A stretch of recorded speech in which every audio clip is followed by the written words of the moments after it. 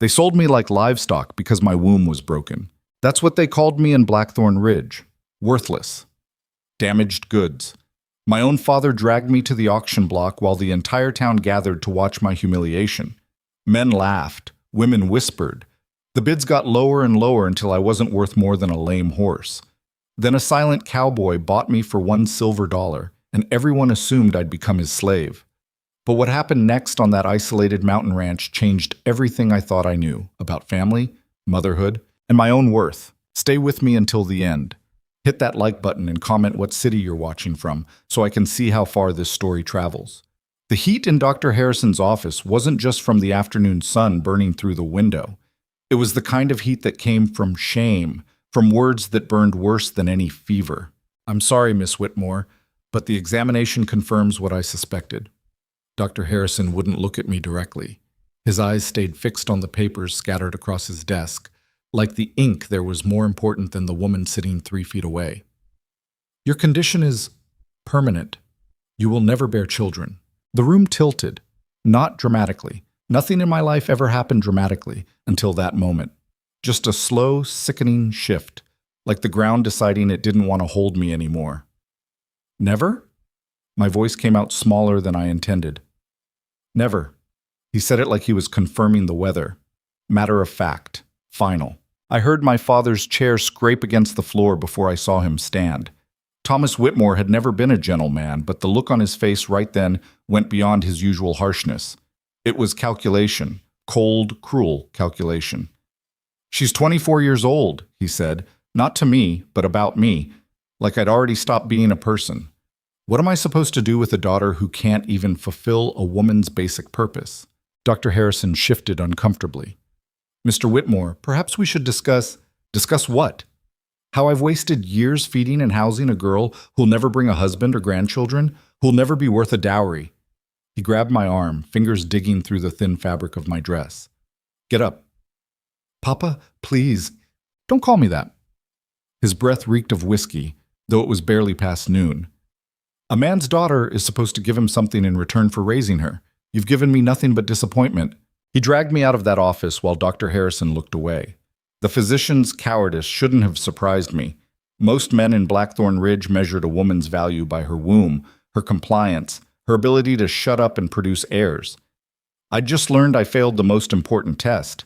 The street outside was packed. Blackthorn Ridge wasn't a big town, maybe 300 people if you counted the surrounding ranches, but every single person seemed to be out that Tuesday afternoon. Market day. The worst possible timing. Thomas! Mrs. Cooper called from outside the general store, her round face creasing with false concern.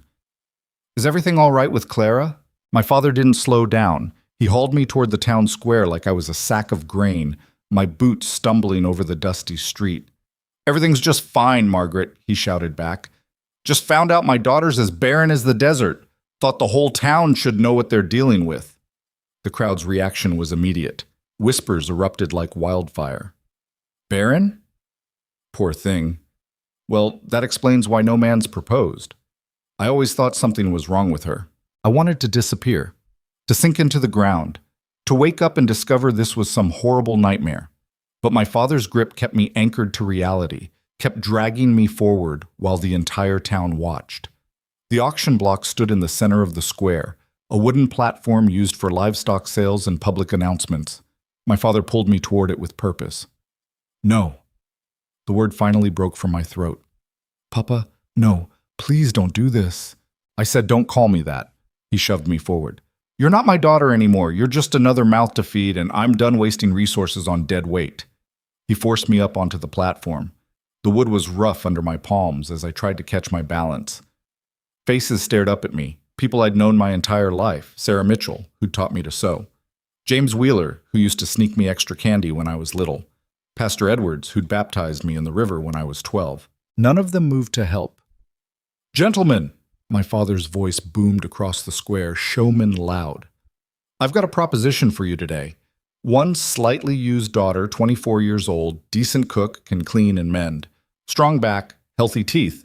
He grabbed my jaw, forcing my mouth open like I was a horse. See? All there. Laughter rippled through the crowd. Actual laughter. What's the catch, Tom? Someone yelled. The catch. My father released my face and stepped back, gesturing at me like I was livestock. This one's got a broken womb. Doctor just confirmed it. She'll never give you children, boys.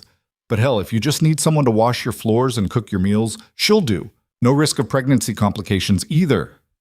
More laughter, louder this time. I stood there trembling while my father auctioned off my humanity. Come on now, someone must need help around their ranch. She's not completely worthless. She can work, just can't breed. How much you asking? A rancher named Sullivan called out. He owned a spread about 10 miles north and had a reputation for working his ranch hands half to death. Make me an offer. $2. My father's face lit up. $2? Do I hear $3? Silence. $2.50? My father's enthusiasm was cracking. Anyone? She's strong, I tell you. Raised her myself. You also just said she's barren, another man shouted. That drops the value considerably, Tom. The crowd howled with laughter. $1, someone else offered. And that's charity. My father's jaw tightened. $1? She's worth more than... Is she, though? Margaret Cooper's voice cut through the noise. She'd moved closer to the platform, her face twisted with something that looked like pity, but felt like poison. A woman who can't bear children is like a well that's run dry, Thomas. You can't expect full price for damaged goods. Damaged goods. The words hit me like a physical blow. 50 cents, another voice called. Final offers. She's not worth 50 cents. A younger man laughed. She's less useful than a lame mule. At least you can put a mule down and get some meat off it. The crowd erupted. People were actually doubling over with laughter now, slapping their knees, tears streaming down their faces at the hilarious joke of my existence. I looked for Sarah Mitchell in the crowd. She was standing next to her mother, lips pressed together, eyes averted. When I caught her gaze, she turned away completely. Please. My voice barely carried over the noise. Please, someone help me. No one moved. Pastor Edward stood near the church steps, arms crossed, watching. Not intervening, not speaking, just watching. 20 cents and a chicken, someone yelled. My father's face had gone purple. You're all insulting me. This is my daughter. Then maybe you shouldn't have put her on an auction block, Tom. A rancher I didn't recognize pushed through the crowd and spat near my boots. The brown tobacco juice splattered across the wood inches from my feet. No man in his right mind would waste food on a barren wife, he said loudly enough for everyone to hear. She'd be eating resources that could go to children that'll never exist. That's just bad economics. Here, here. Several men raised their hands in agreement. I wanted to scream, to fight, to run, but my body had frozen, locked in place by shame so profound it felt like drowning. Come on, gentlemen, my father was pleading now. Surely someone, I'll give you $1 silver.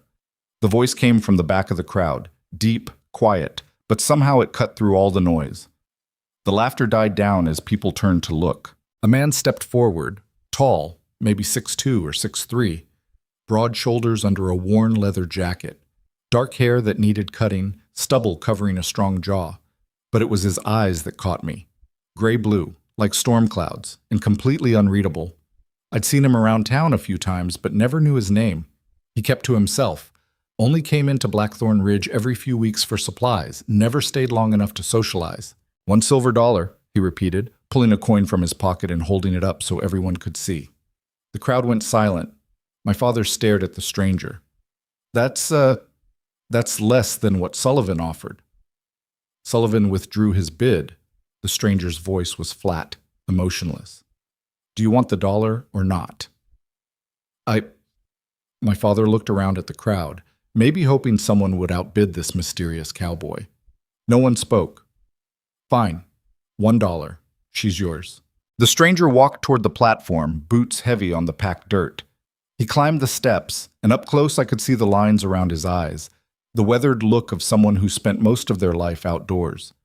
He was younger than I first thought, maybe 30, but he carried himself like someone much older. He held out the silver dollar to my father. You're making a mistake, my father said, but he took the money anyway. She's barren, useless. I heard. The stranger's eyes finally moved to me. There was no cruelty in them, but no warmth either, just assessment. Can you ride? I nodded, not trusting my voice. Get your things.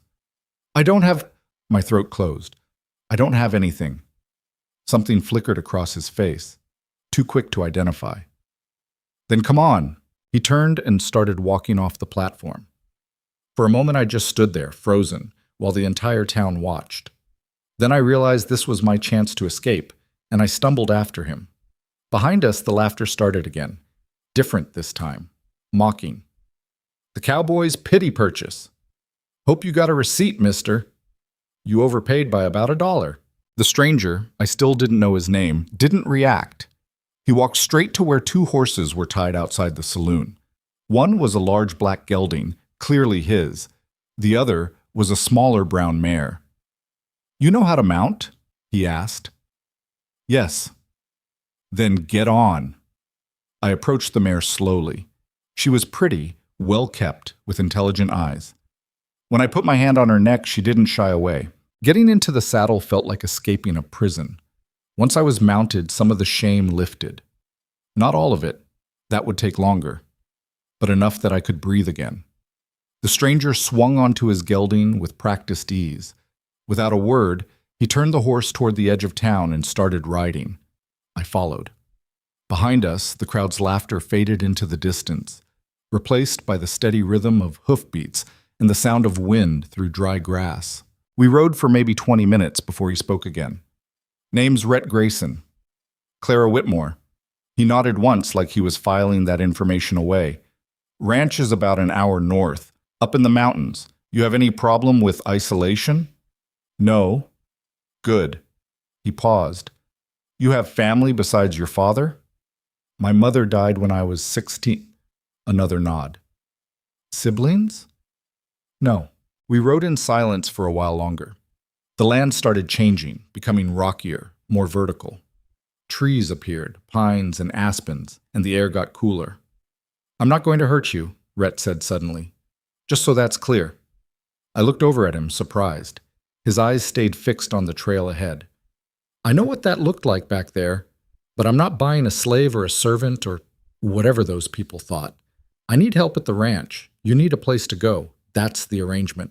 What kind of help? My voice came out shakier than I intended. Cooking, cleaning, childcare. You have children? Something dark passed over his face.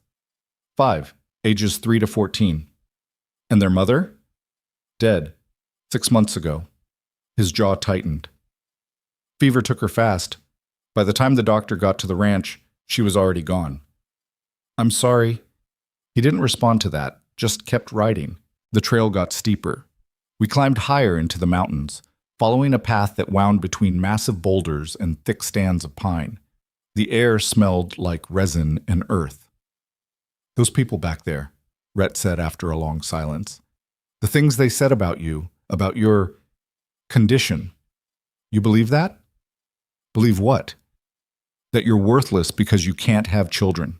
The question caught me off guard.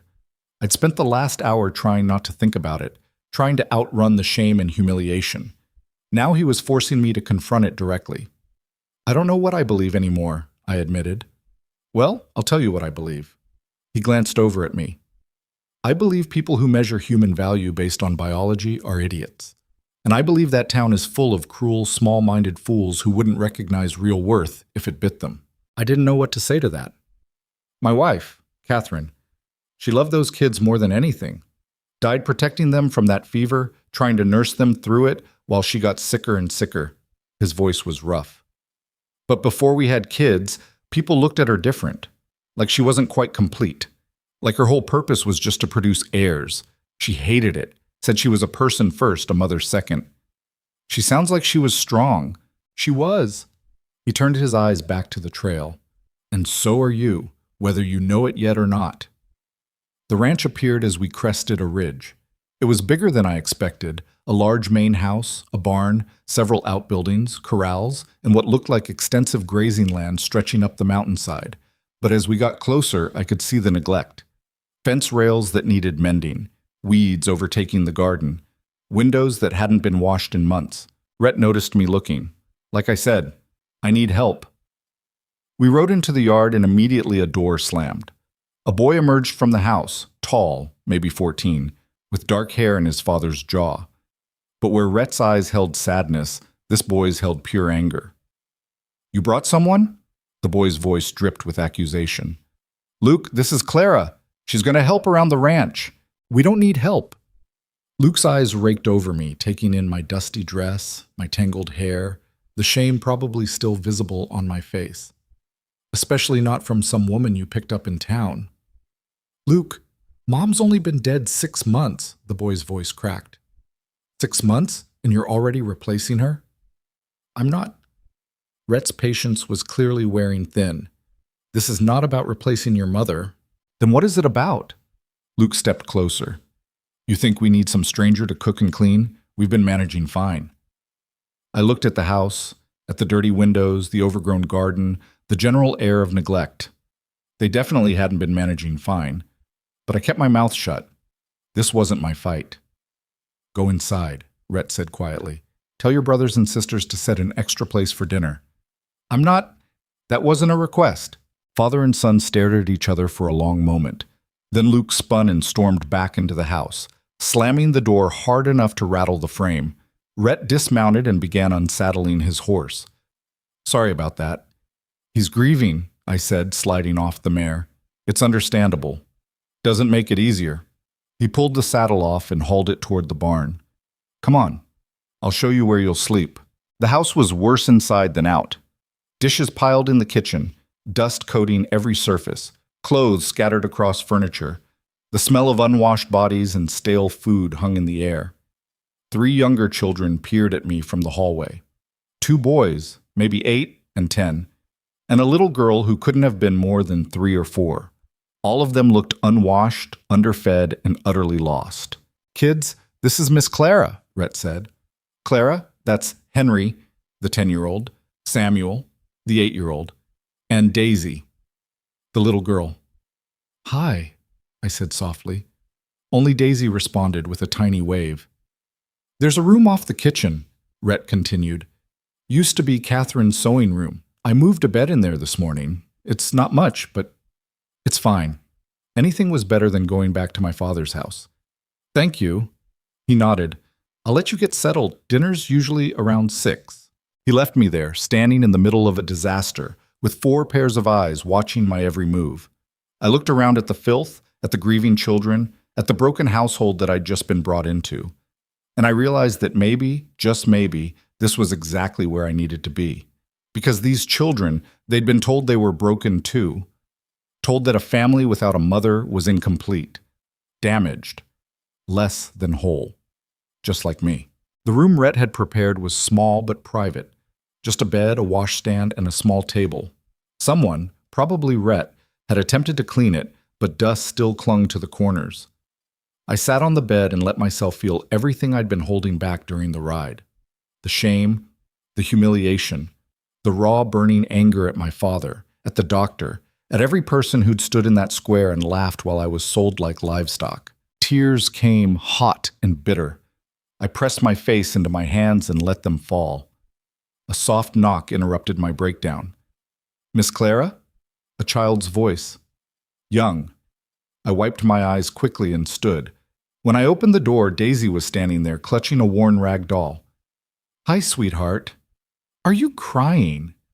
Her eyes were huge, too knowing for someone so small. Just a little tired. She studied me for a moment, then held up the doll. This is Molly. She cries sometimes too. Mama said that's okay. My throat tightened. Your mama was right. Are you going to be our new mama? The question hit me harder than anything that had happened in town. This little girl who'd lost her mother 6 months ago, looking up at me with desperate hope. I don't know, honey. I'm just here to help your papa with the house and cooking. Oh. Her face fell. Luke said you're just a servant Papa bought because no one else wanted you. Kids and their brutal honesty. Luke might be right about that, I said carefully. But I'm here now and I'm going to do my best to help. Is that okay with you? Daisy considered this. I guess, as long as you don't try to throw away Molly. The last lady who came said Molly was too dirty and needed to go in the trash. The last lady? Mrs. Henderson. She came to help after Mama died, but Luke made her leave. I could picture it. Well, I promise I won't throw away Molly. She looks very important. Daisy's face brightened. She is. Mama made her for me when I was born. Then we'll take good care of her together. Deal? Deal. She skipped away, leaving me standing in the doorway with a strange, fragile feeling in my chest. By the time 6 o'clock rolled around, I'd washed my face and attempted to make myself presentable. The kitchen table was set, messily, by children who clearly didn't know proper placement, and Rhett was pulling something that might have been stew out of the oven. "Can I help?" I asked.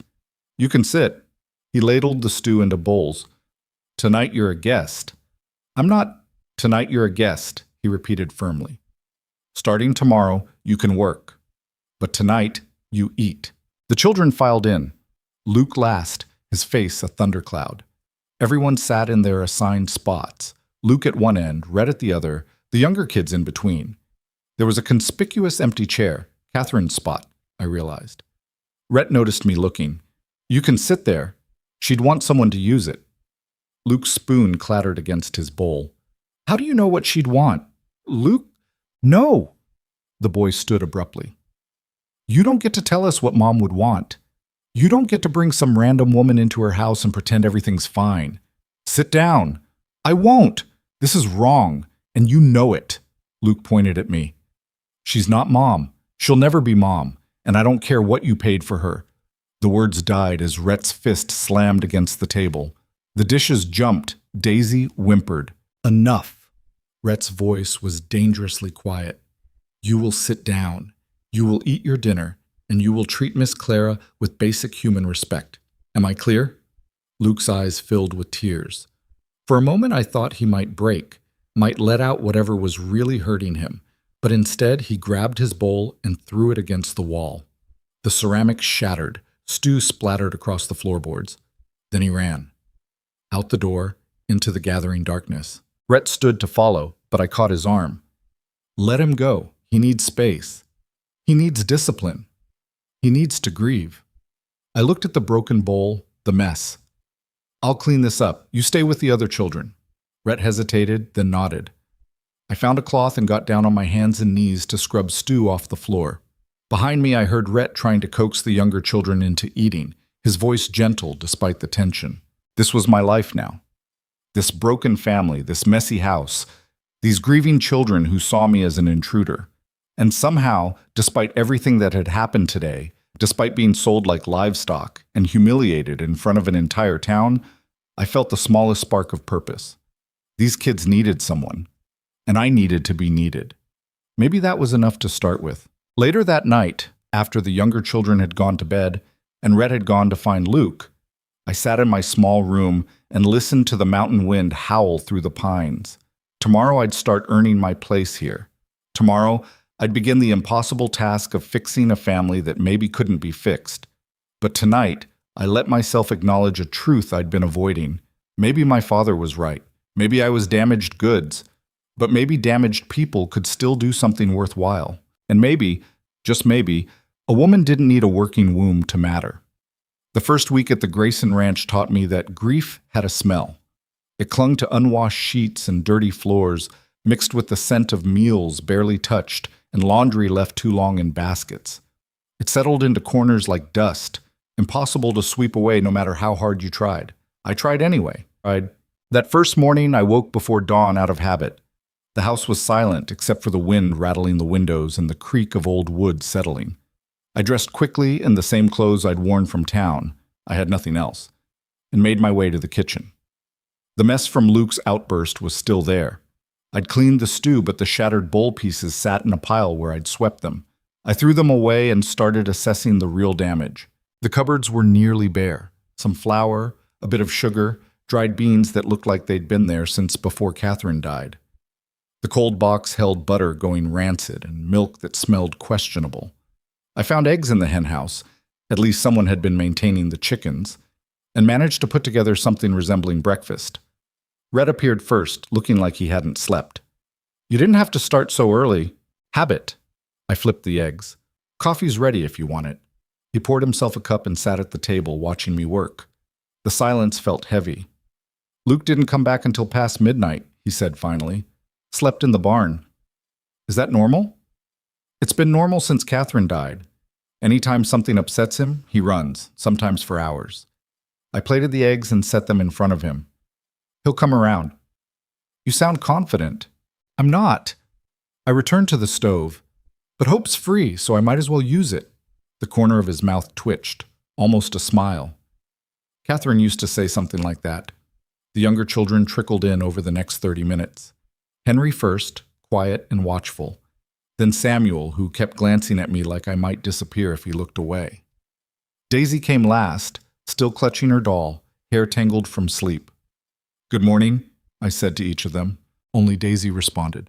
Morning, Miss Clara. Is that eggs? It is. You hungry? She nodded and climbed into her chair. The boys followed suit, silent. Luke's chair stayed empty. After breakfast, Rhett headed out to tend the animals. The children scattered, I had no idea where, and I was left alone with a house that felt like a monument to abandonment. I started in the kitchen because it was the worst. Dishes crusted with old food. A floor that stuck to my boots.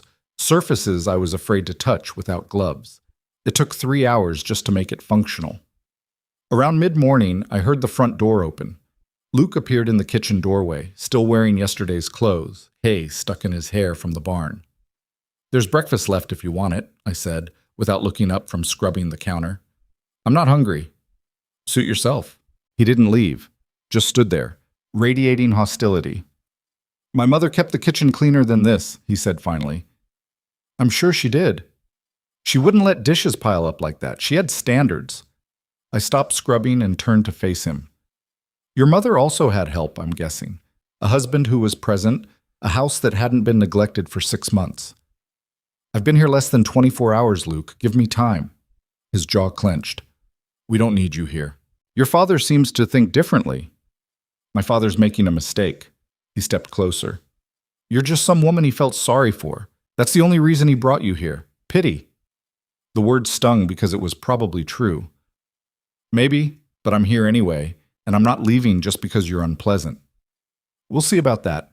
He grabbed an apple from the basket on the counter and left. I stood there for a moment, breathing hard, then went back to scrubbing. The counter didn't care about my feelings. The dishes didn't judge. The work was just work, and that was almost comforting. By noon, the kitchen was clean enough that I could stand being in it. I moved to the main room next, the space where the family gathered in the evenings. More dust, more neglect, more evidence that this household had been slowly falling apart. I found a photograph while dusting the mantel, a woman with kind eyes and dark hair holding a baby. 4 children clustered around her, all smiling. Rhett stood behind them, his hand on her shoulder, looking happier than I'd seen him. Catherine. She was beautiful. Not in a flashy way, but in the way that mattered, warmth radiating from her smile, love evident in how she held her children. Looking at her felt like an intrusion, like I was trespassing on something sacred. That was taken 2 years ago. Rhett's voice startled me. I hadn't heard him come in. Right before Daisy's first birthday. She looks happy. She was. He took the photograph from my hands gently, staring at it. We both were. Everything made sense when she was alive. Now, he trailed off, setting the photo back carefully. Now I'm just trying to keep everyone fed and the ranch running. Most days I fail at both. You're doing better than you think. Am I? He gestured around the room. Look at this place, Clara. Look at my kids. Luke's angry all the time. Henry barely speaks. Samuel has nightmares every night. Daisy keeps asking when Mama's coming home. I can't fix any of it. You can't fix grief, I said quietly. You just have to survive it. He looked at me then, really looked, and I saw the question forming. But instead of asking about my own losses, he just nodded. I need to ride into town for supplies. You need anything? Everything. Cleaning supplies, food, soap. I can make a list. Do that. I'll leave in an hour. After he left, I found paper and started writing. The list grew longer than I intended. Flour, sugar, salt, bacon, coffee, beans, potatoes, carrots, onions, lye soap, washing soda, vinegar, beeswax, lamp oil. Things a functioning household needed, but this one had run out of. Daisy appeared at my elbow while I wrote. What are you doing? Making a list for your papa. He's going to town. Can I come? That's up to your papa, sweetheart. She leaned against my leg, watching me write. Her hair smelled like she hadn't had a proper bath in days. Do you know how to braid hair? I do. Will you braid mine? Mama used to braid it every morning, but Papa doesn't know how. My chest tightened. Of course. Go get me a brush. She ran off and returned with a brush that had clearly seen better days. I sat her down and started working through the tangles as gently as I could. She winced a few times, but didn't complain. Luke says you're not staying, she said while I worked. Luke says a lot of things. But are you staying? I divided her hair into sections, starting the braid. I don't have anywhere else to go, Daisy, so yes, I'm staying. Good. She swung her legs under the chair. I like you. You're nice. Thank you, honey. Nicer than Mrs. Henderson. She smelled funny and she yelled at Samuel for crying. I finished the braid and tied it off with a ribbon I found in the sewing basket. There, pretty. She touched it carefully, smiling, just like Mama used to do. The comparison should have felt like pressure, but instead it felt like acceptance. This little girl was giving me permission to care for her, even if I could never replace what she'd lost. Rhett left for town mid-afternoon. I used the time to tackle the laundry, mountains of it, stuffed in corners and forgotten.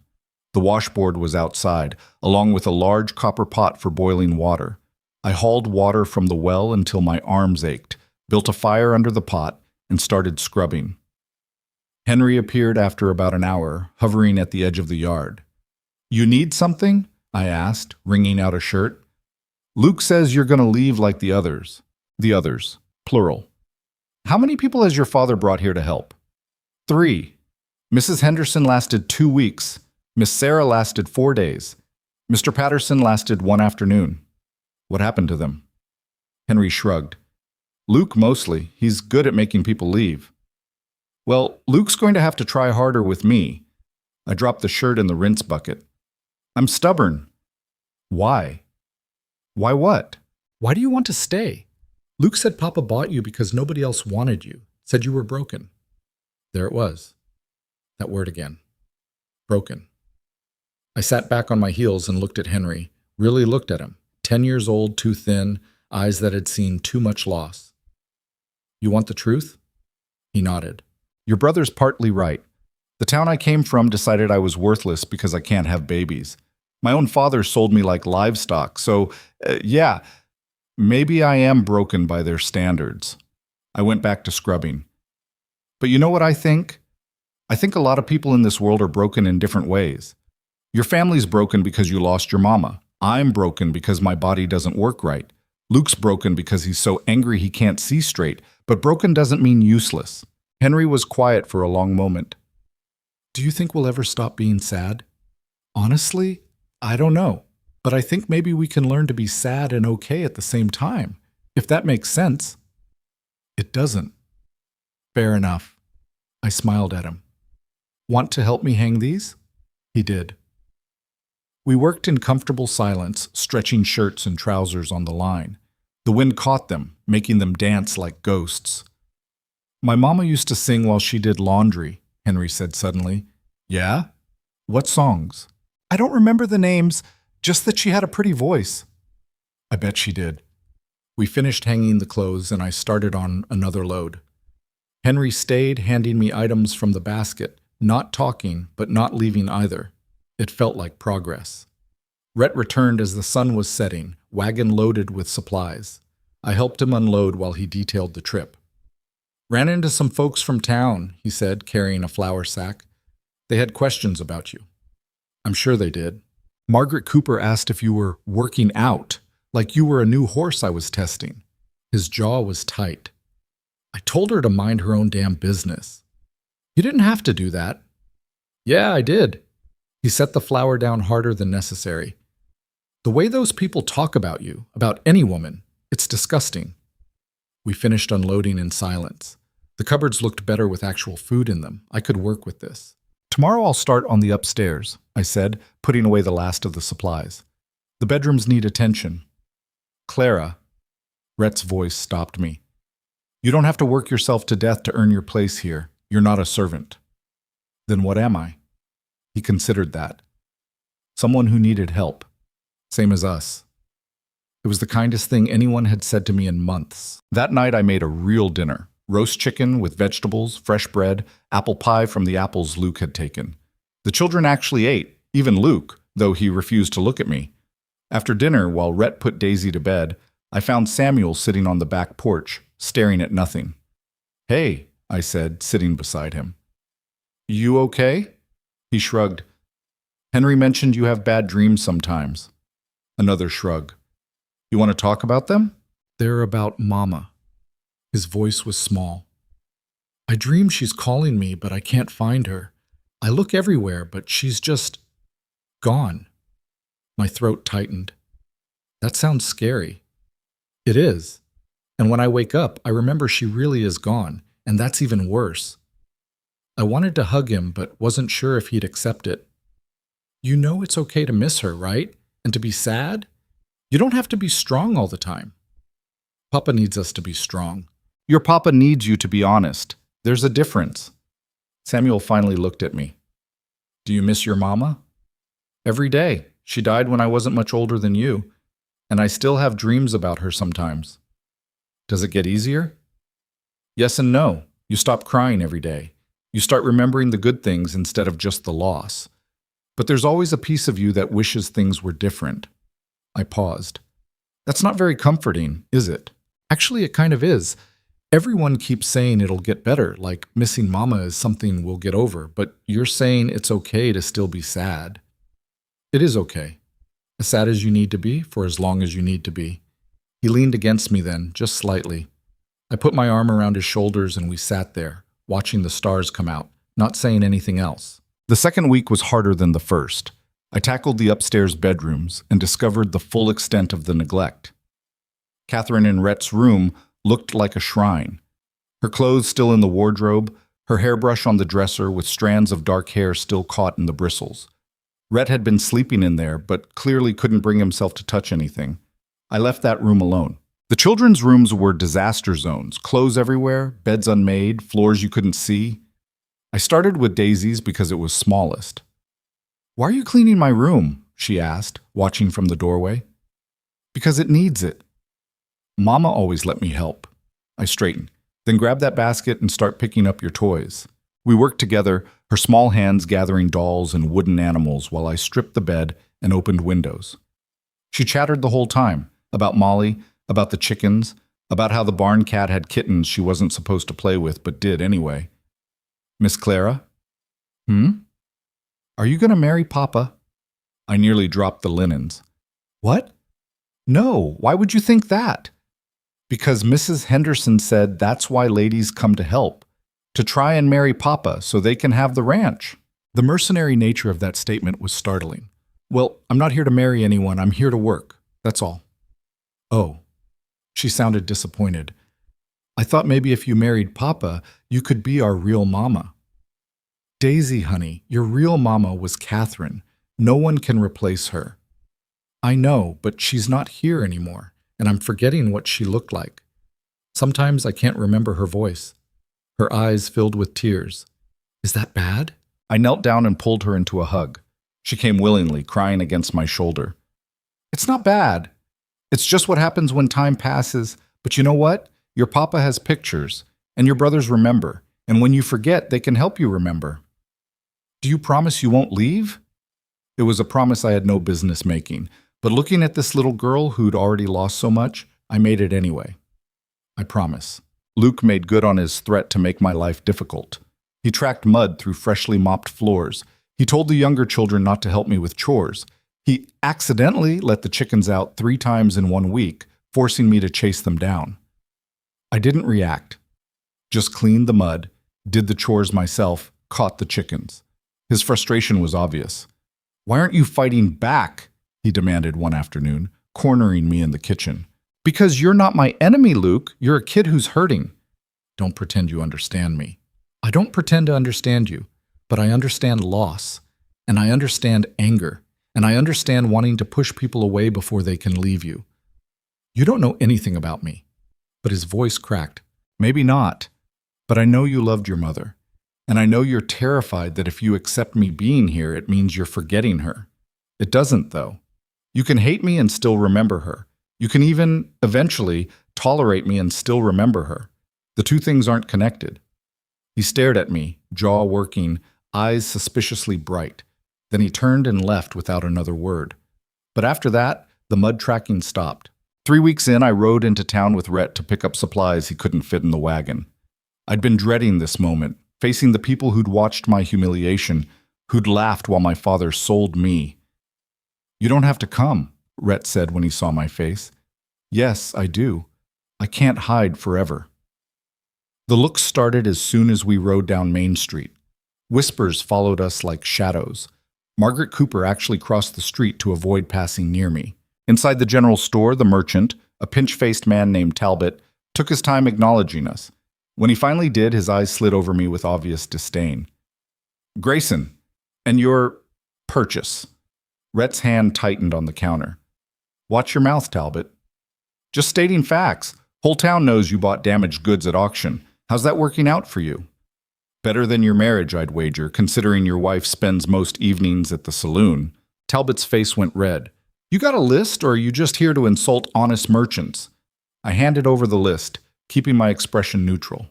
Talbot read it and started gathering items, throwing them on the counter with more force than necessary. "Heard the children still aren't calling her mama," he said conversationally. "That must be difficult, coming into a house where you're not wanted." "Talbot," Rhett started. "It's fine," I said quietly. "He's right. I'm not their mother. I'm just the help." "See?" Talbot grinned. "She knows her place." He tallied up the total, and I counted out the money. When I tried to hand it to him, he let the coins fall to the floor instead of taking them from my hand. "Oops, clumsy of me." The coins scattered across the dirty floorboards. Rhett moved to pick them up, but I stopped him. I knelt slowly, gathering each coin, while Talbot watched with satisfaction. "Must be humbling," he said, "being on your knees so often." I stood, placed the coins on the counter very deliberately, and looked him in the eye. "The only thing that's humbling is watching a grown man derive pleasure from cruelty, but I suppose we all have our talents." His smile faltered. We loaded the supplies and left without further conversation. But the encounter rattled me more than I wanted to admit. "He's right, though," I said as we rode back. "The children don't call me anything but Miss Clara. They don't see me as family. Give them time." "How much time? A month? A year? 10 years? I looked at him. "What if they never accept me?" "Then you keep showing up anyway. That's what parents do." "I'm not their parent. Aren't you?" Rhett's eyes were serious. "You feed them, clothe them, clean up their messes, comfort them when they cry. Braid Daisy's hair and listen to Samuel's nightmares and tolerate Luke's anger. What part of that isn't parenting?" I didn't have an answer. The breaking point came in the 4th week. Daisy developed a cough. Nothing serious at first, just a tickle that made her sound hoarse. But within 2 days, she was burning with fever. Rhett sent Henry for the doctor while I tried to bring the fever down with cool cloths and willow bark tea. Daisy whimpered, her small body shaking with chills despite the heat radiating from her skin. "Mama?" she mumbled, half delirious. "Mama, I don't feel good." "Shh, sweetheart, I'm here." "Want Mama?" "I know, baby, I know." Dr. Harrison arrived just after midnight. The same doctor who'd examined me, who'd declared my womb broken, and set in motion everything that followed. He glanced at me once, recognition and disdain flickering across his face, then turned his attention to Daisy. His examination was quick. Too quick. "Scarlet fever," he announced. "Advanced stage." My heart stopped. "Can you treat it?" "I can try. But at this stage..." He closed his bag. "You should prepare yourselves. She's very weak, and scarlet fever in children this young. The mortality rate is significant." "No." Rhett's voice was raw. "No, you can't just give up on her." "I'm not giving up, Mr. Grayson. I'm being realistic. I'll leave medicine, but honestly, it's in higher hands now. The fever needs to break within 48 hours, or..." He didn't finish the sentence. After he left, I sat beside Daisy's bed while Rhett paced like a caged animal. "I can't lose her," he said. "I can't lose another one." "You won't." "You can't promise that." He was right. I couldn't. But I also couldn't let this little girl slip away without fighting. "Go get some rest," I told him. I'll stay with her. Clara, Rhett, go. You need sleep because tomorrow you still have a ranch to run and 3 other children who need you. I've got this." He looked like he wanted to argue, but exhaustion won. He left, and I settled in for what would become the longest night of my life. Daisy's fever climbed higher. I changed the cool cloths every few minutes, forced medicine between her lips, held her when convulsions racked her tiny body. She called for her mother over and over, and each time it broke something inside me. "I'm sorry," I whispered. "I'm sorry I'm not her. But I'm here, and I'm not leaving. Do you hear me, Daisy? I'm not leaving." Somewhere around dawn, Luke appeared in the doorway. His face was pale, eyes red-rimmed. "Is she dying?" I wanted to lie, to offer false comfort, but he deserved honesty. "I don't know." He stepped into the room slowly, staring at his baby sister. "She looks like Mama did, right before. She's stronger than you think." "How do you know?" His voice broke. "How do you know she's not going to leave us too?" "I don't, but I'm going to fight like hell to make sure she doesn't." Luke moved closer to the bed. "Why do you even care? She's not your daughter. We're not your family." I looked up at this angry, grieving 14-year-old boy who'd done everything in his power to drive me away. Maybe not, but I care anyway. That's how this works, Luke. You don't get to choose who matters to you. It just happens. He sank into the chair across from me, and together we kept vigil over Daisy as the sun came up. The second night was worse than the first. Daisy's fever spiked so high I was afraid to measure it. Her breathing became labored, rattling in her chest. Every breath sounded like it might be her last. I didn't sleep, didn't eat, just kept changing cloths, administering medicine, whispering prayers to anyone who might be listening, even though I wasn't sure I believed anymore. Rhett spelled me for an hour around midnight, but I couldn't rest. I paced the hallway, listening to Daisy's labored breathing, feeling utterly helpless. This was it. This was how I failed. I couldn't give children life, and now I couldn't even save one from death. Around 3 in the morning, I heard Rhett call my name. The terror in his voice sent me running. Daisy was seizing again, her small body rigid, eyes rolled back. Rhett held her down while I grabbed a spoon to keep her from biting her tongue. The seizure lasted 30 seconds, an eternity, before she went limp. For a horrible moment, I thought we'd lost her. Then she took a shuddering breath, and another. I checked her forehead. Still burning, but maybe not quite as hot as before. "The fever's breaking," I whispered. Rhett's hand found mine and squeezed so hard it hurt. We sat there together, holding our breath, while Daisy slept on. By dawn, her temperature had dropped noticeably. By noon, she was cool to the touch. By evening, her eyes opened, confused, weak, but alive. "Miss Clara?" Her voice was barely a whisper. "Hi, sweetheart." "I had bad dreams." "I know, but they're over now. You're safe." "You stayed." It wasn't a question. "I promised, didn't I?" She smiled weakly and fell back asleep. Real sleep this time. Healing sleep. I stood on shaking legs and walked outside for the first time in 2 days. The sun was setting, painting the mountains gold and purple. The air smelled like pine and coming rain. I made it to the porch before my legs gave out. I sat down hard and finally let myself cry. Not sad tears, relief. Pure, overwhelming relief. Footsteps approached. Luke sat down beside me, not speaking. We stayed like that for a long time, watching the light fade. "Thank you," he said finally. "For what?" "For not giving up on her. The doctor did. But you didn't." "I couldn't." "Why not?" I thought about that. About this broken family I'd stumbled into. About these children who weren't mine, in a house I didn't belong to, on a ranch I had no claim on. About why I'd sat awake for 2 days fighting death for a little girl who called me Miss Clara instead of Mama. "Because she matters," I said simply. "You all matter." Luke's hand found mine in the darkness. He didn't say anything else. Didn't need to. We sat together until the stars came out, and for the first time since arriving at the Grayson Ranch, I thought maybe, just maybe, I was exactly where I was supposed to be. Daisy's recovery was slow. She spent a week in bed, too weak to do much more than sip broth and sleep. Clara barely left her side during those first few days. terrified the fever might return and finish what it had started. But gradually, color returned to the little girl's cheeks. Her appetite came back.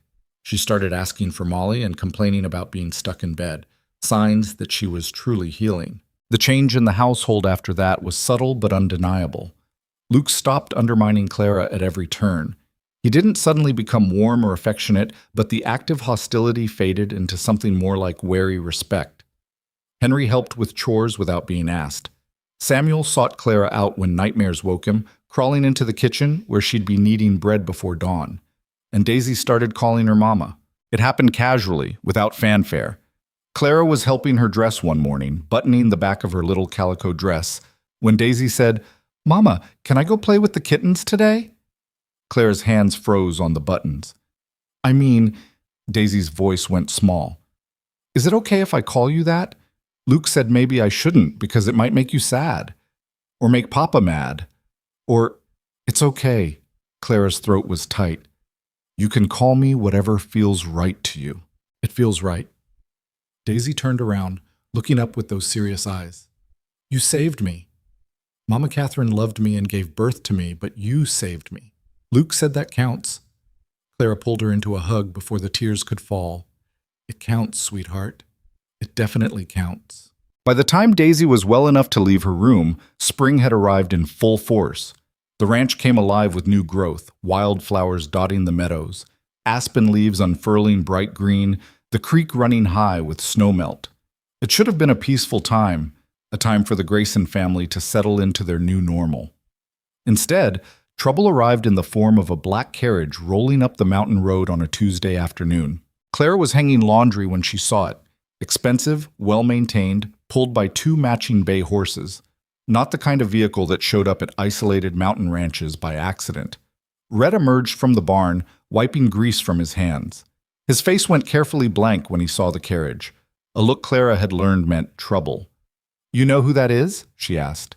"Catherine's brother and his wife. From Dallas." He tossed the rag aside.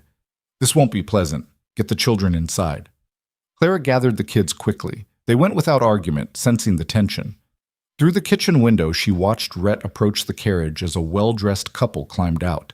The man was in his 40s, wearing a suit that probably cost more than most people in Blackthorn Ridge made in a year. The woman was younger, dripping with jewelry, her traveling dress immaculate despite the dusty road. Their voices carried through the open window. "Rhett." The man's tone was cold.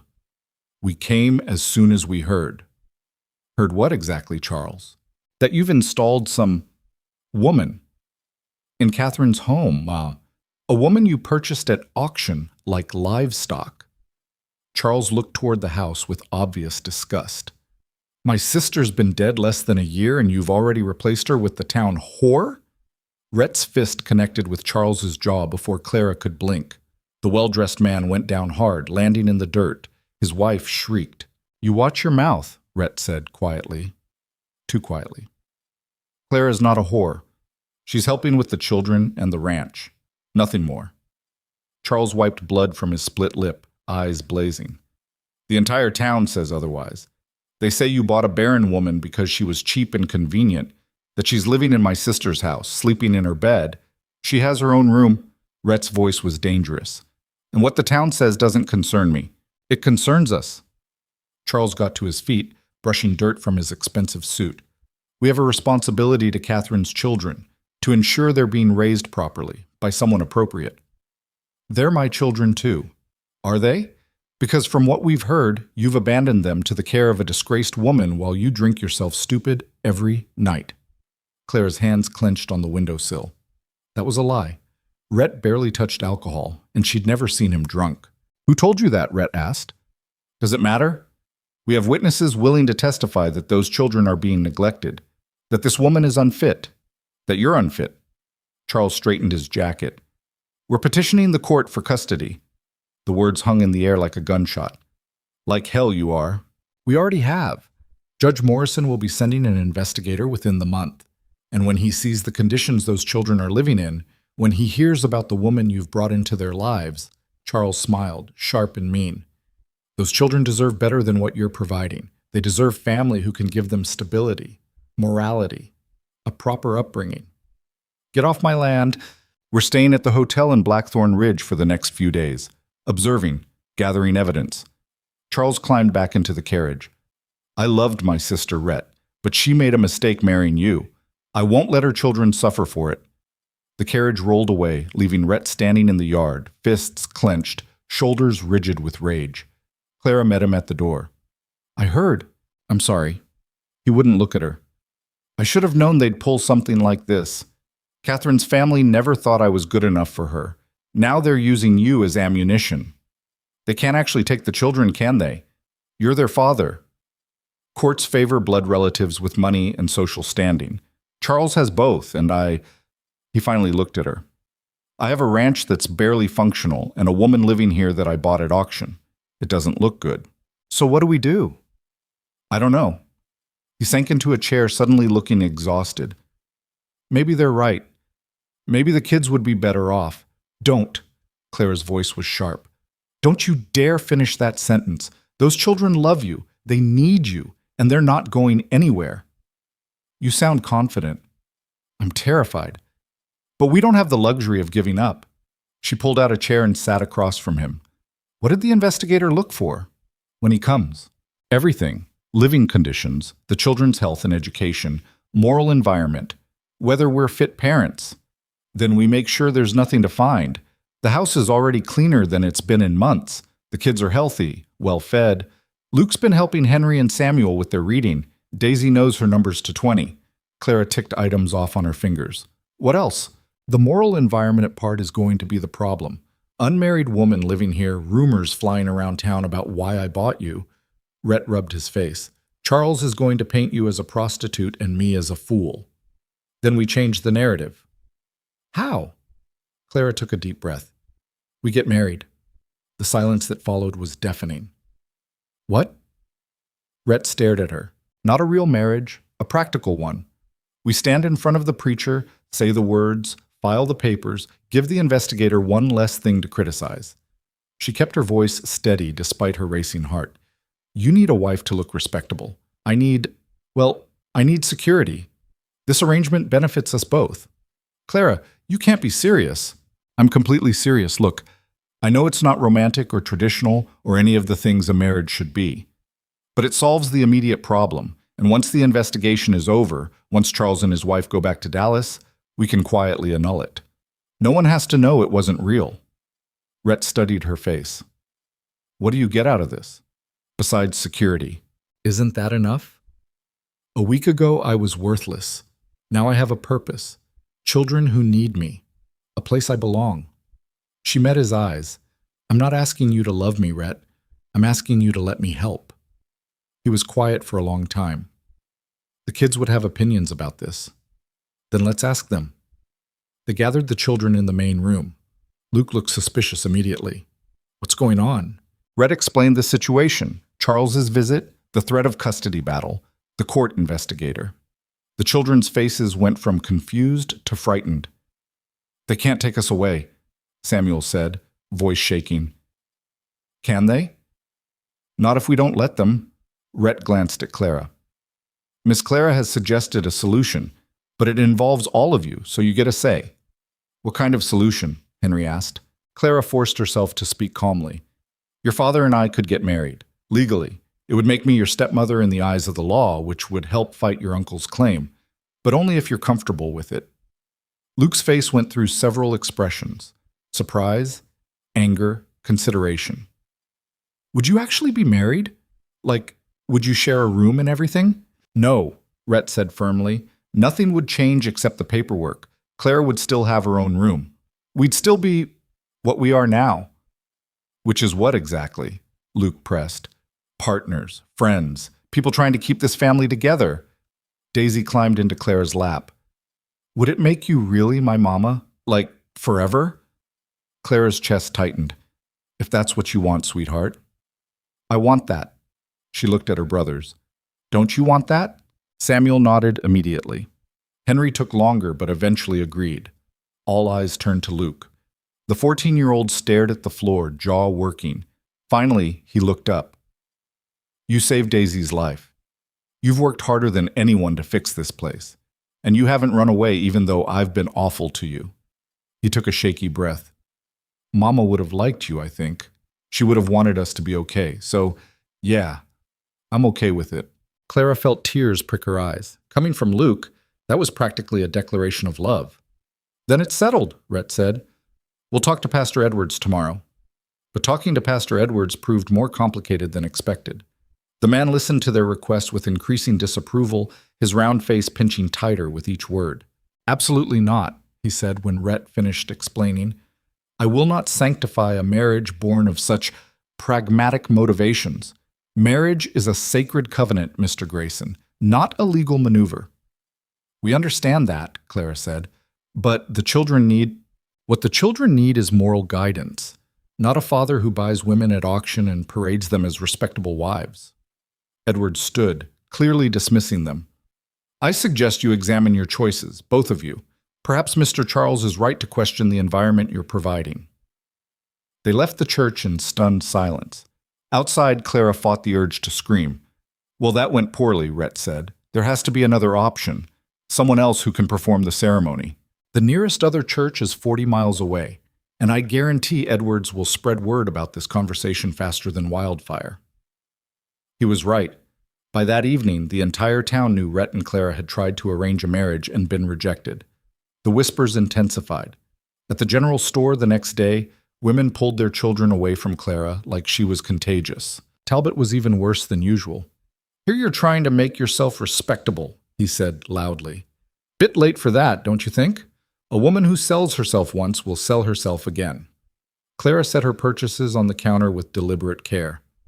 I have never sold myself. I was sold by my father. There's a difference. Is there? You're still living in sin with a man you're not married to. We tried to remedy that. Your preacher refused, because even he recognizes fraud when he sees it. Talbot leaned forward. You think marrying Grayson will make you legitimate? Make you a real mother to those kids? You're delusional. You'll always be the barren whore he bought for $1. The store went silent. Everyone was watching, waiting to see how Clara would respond. She picked up her parcels and walked out without another word. But inside, she was shaking with rage and humiliation. That night, Rhett found her sitting on the porch long after the children had gone to bed. I heard what Talbot said, he told her. News travels fast. Clara, you don't have to endure this. We can figure out another way. There is no other way. She looked at him. We need that marriage certificate before the investigator arrives. Pastor Edwards won't help us. So we do it ourselves. What do you mean? We organize our own ceremony. Public, witnessed, binding. We say our vows in front of the whole damn town and dare anyone to question its legitimacy. Rhett sat beside her. That's bold. I'm tired of hiding, tired of being ashamed of things I can't control. If the town wants to judge me, fine. But they'll have to do it to my face. She turned to him. I want to fight, Rhett. For the kids, for this family. Even if it means humiliating myself all over again. He was quiet for a moment. Catherine would have said the same thing. She never backed down from a fight either. I'm not trying to be her. I know. You're trying to be you, and that's more than enough.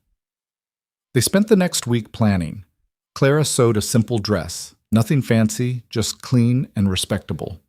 Rhett spread word that they were holding a ceremony Saturday afternoon in the town square, and anyone who wanted to witness was welcome. Charles and his wife heard about it, of course. They showed up at the ranch the day before, faces smug. A public ceremony? Charles laughed. You're going to humiliate yourselves in front of the entire town. Again. Do you really think people will accept this farce as legitimate? Don't care if they accept it, Rhett said. Just care that it's legal. You're making a mistake. The investigator will see right through this. Let him try. That Saturday dawned clear and bright. Clara dressed in her new gown, pale blue, simple, with buttons she'd salvaged from Catherine's sewing basket. Her hands shook as she fastened them. Daisy appeared in the doorway, already dressed. You look pretty, Mama. The words still caught Clara off guard. Thank you, sweetheart. Are you scared? Terrified. Why? You love Papa, don't you? Clara knelt down to Daisy's level. I care about your Papa very much, and I love you and your brothers. That's what matters. That's what Mama Catherine used to say, that love is what makes a family, not blood. Clara hugged her, blinking back tears. Your mama was a smart woman. The ride into town was silent. All 5 children came, dressed in their best clothes. Luke had even attempted to tame his hair, though it was already escaping. As they approached the square, Clara saw the crowd.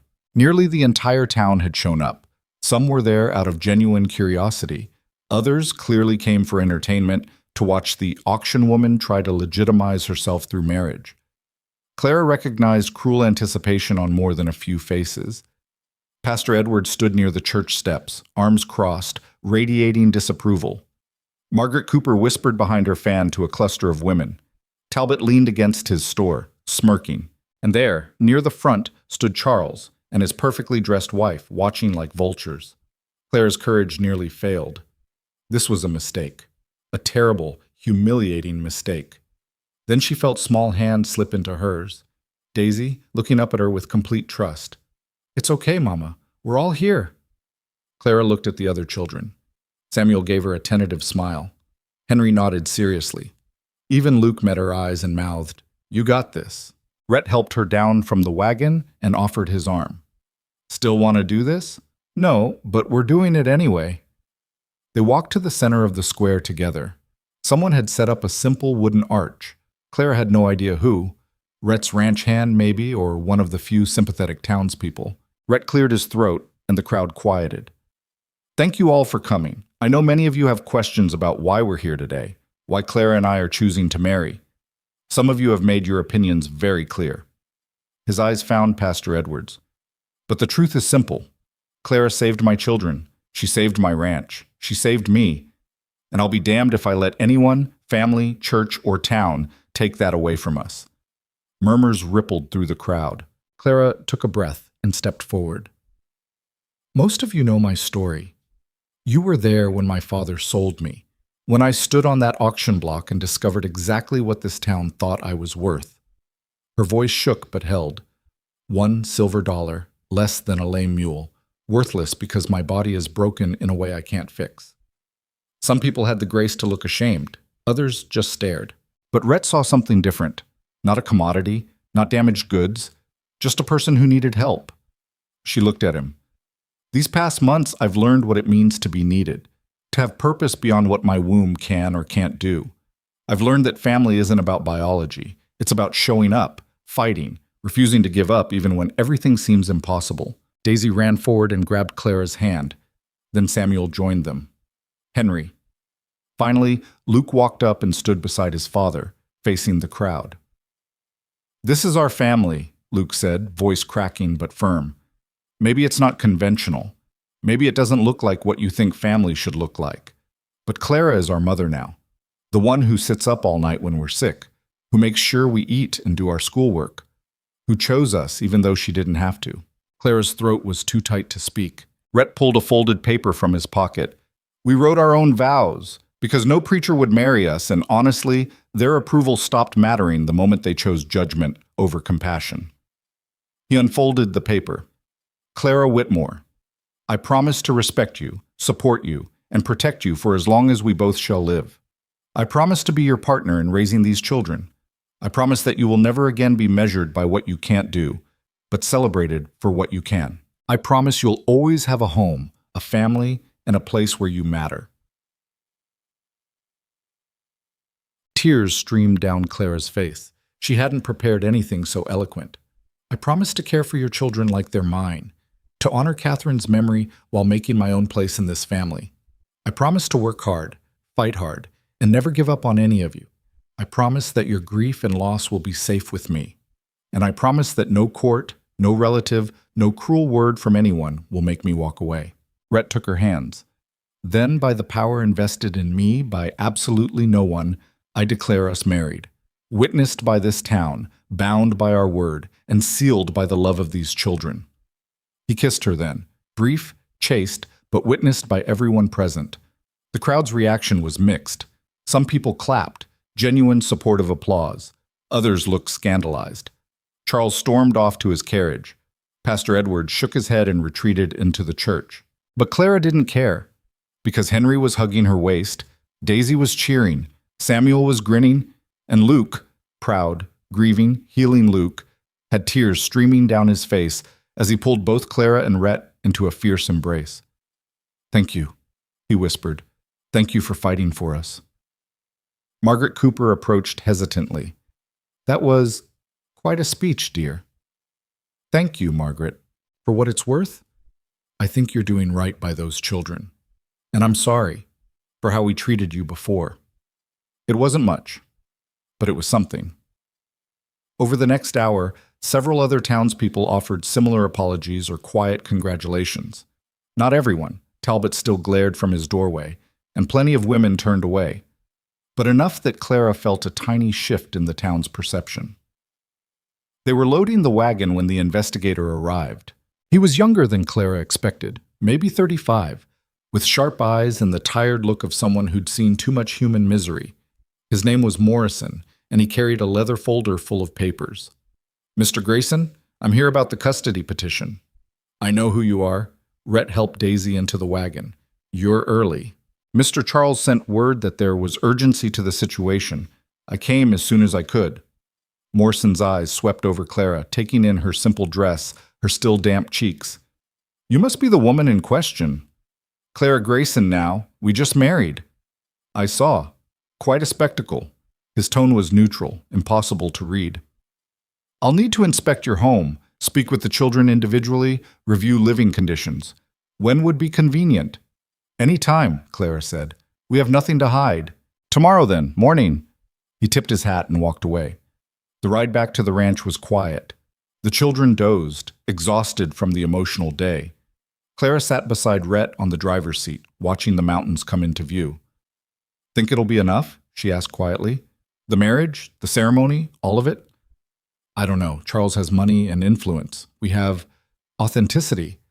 Hard to say which matters more to a judge." "If he takes them." "He won't." Rhett's jaw set. "I won't let him." But there was doubt in his voice. They both knew Charles had resources they couldn't match. Money to hire lawyers, connections in Dallas society, a respectable home to offer the children. All Rhett and Clara had was love. And sometimes, in this world, love wasn't enough. That night, after the children were in bed, Clara found Luke sitting on the porch steps.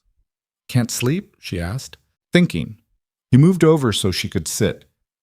"What happens if the investigator says we're not good enough? If he gives us to Uncle Charles? Then we fight it in court. And if we lose?" Clara was quiet for a moment. "Then I will personally travel to Dallas and make your uncle's life so miserable he'll beg to send you back." Luke laughed, surprised. "You'd do that?" "In a heartbeat. You're my kids now, legally and everything else that matters. Nobody takes you away from me without the fight of their lives." He leaned against her shoulder. "I'm sorry I was such a jerk when you first got here." "You were grieving. You're still grieving." "I know, but I said awful things. Called you terrible names, tried to make you leave." His voice cracked. "And you stayed anyway." "Of course I stayed. Where else would I go?" She put her arm around him. "You're stuck with me now, Luke, for better or worse. Literally, apparently." He smiled against her shoulder. "Mama Catherine would have liked you." "You think so?" "Yeah. She always said family is who shows up when things are hard, who stays when they could leave. You showed up. You stayed." He pulled back to look at her. "That makes you family." Clara hugged him tight, this boy who'd tried so hard to hate her and failed. "I love you, kid. You know that?" "I love you too, Mama." The word hung in the air between them. Then Luke stood, suddenly self-conscious. "I should get to bed. Big day tomorrow with the investigator and all." "Get some sleep. It'll be fine." But as she watched him go inside, Clara wondered if she'd just lied to him.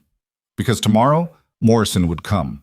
He'd inspect their home, question their choices, measure their worth as parents, and then he'd decide whether this fragile family they'd built was strong enough to survive. Clara was up before sunrise, scrubbing floors that were already clean. Her hands were raw by the time the first light crept through the windows, but she couldn't stop. Morrison would arrive any moment, and everything had to be perfect. Everything had to prove they were worthy. "You're going to wear a hole in the floorboards," Rhett said from the doorway.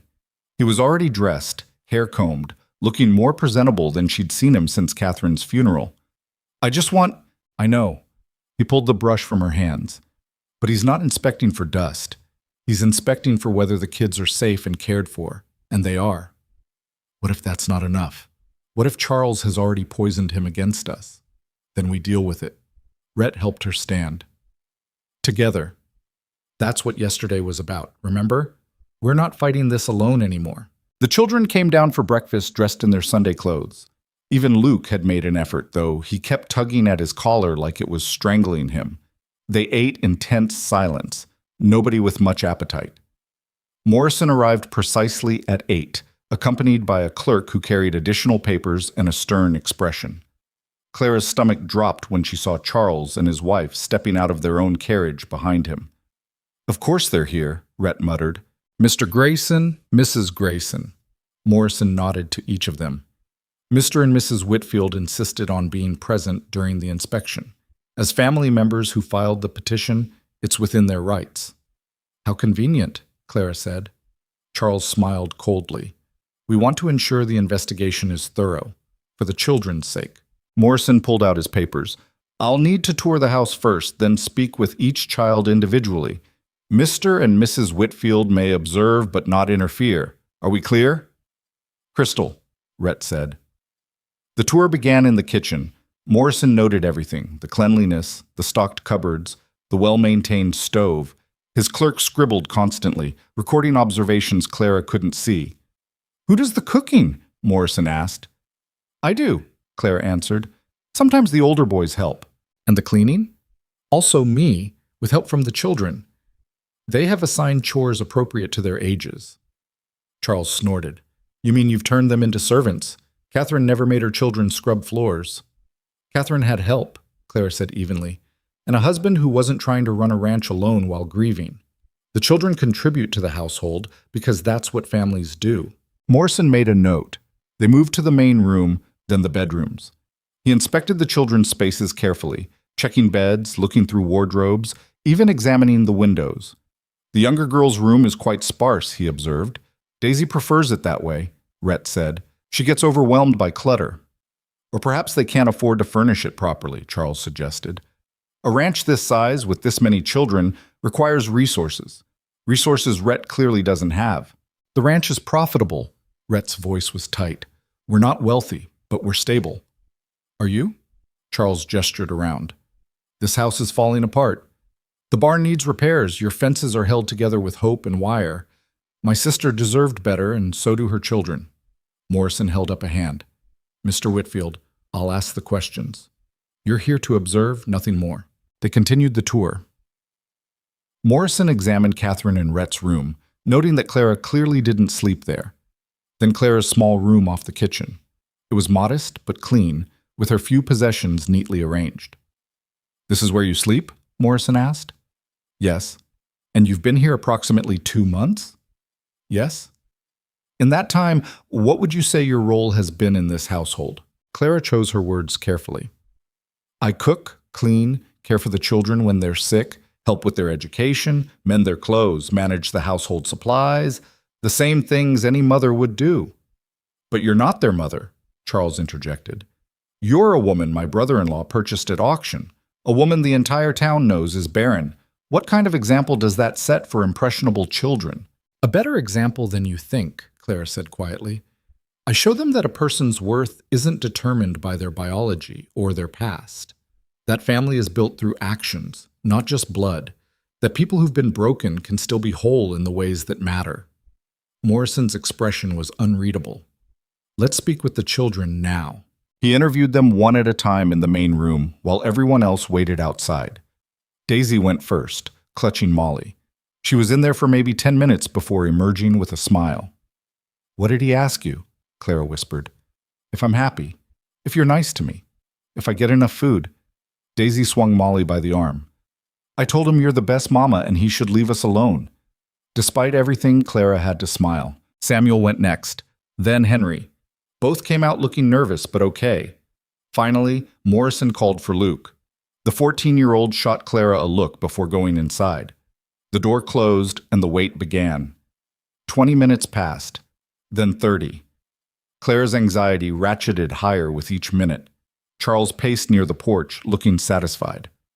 The boy knows the truth. He'll tell Morrison exactly what kind of situation this is. Catherine raised him to value honesty. Luke will tell the truth, Rhett agreed. That's exactly what I'm counting on. Finally, the door opened. Luke emerged, red-eyed but composed. Morrison followed, making notes. Thank you all for your cooperation, Morrison said. I have everything I need for my initial report. I'll be filing my findings with Judge Henderson within the week. And, Charles demanded, what are your findings? That's confidential until the judge reviews them. But I will say that I found the children healthy, well cared for, and adequately supervised. He closed his folder. The living conditions, while modest, meet acceptable standards. Modest? Charles's face reddened. Did you see that barn? The state of the fences? These children deserve better than acceptable standards. What they deserve is to be with people who love them, Morrison said, which appears to be the case here. Good day. He left, clerk in tow. Charles stared after him, fury radiating from every line of his body. This isn't over, he said, rounding on Rhett. I don't care what that investigator says.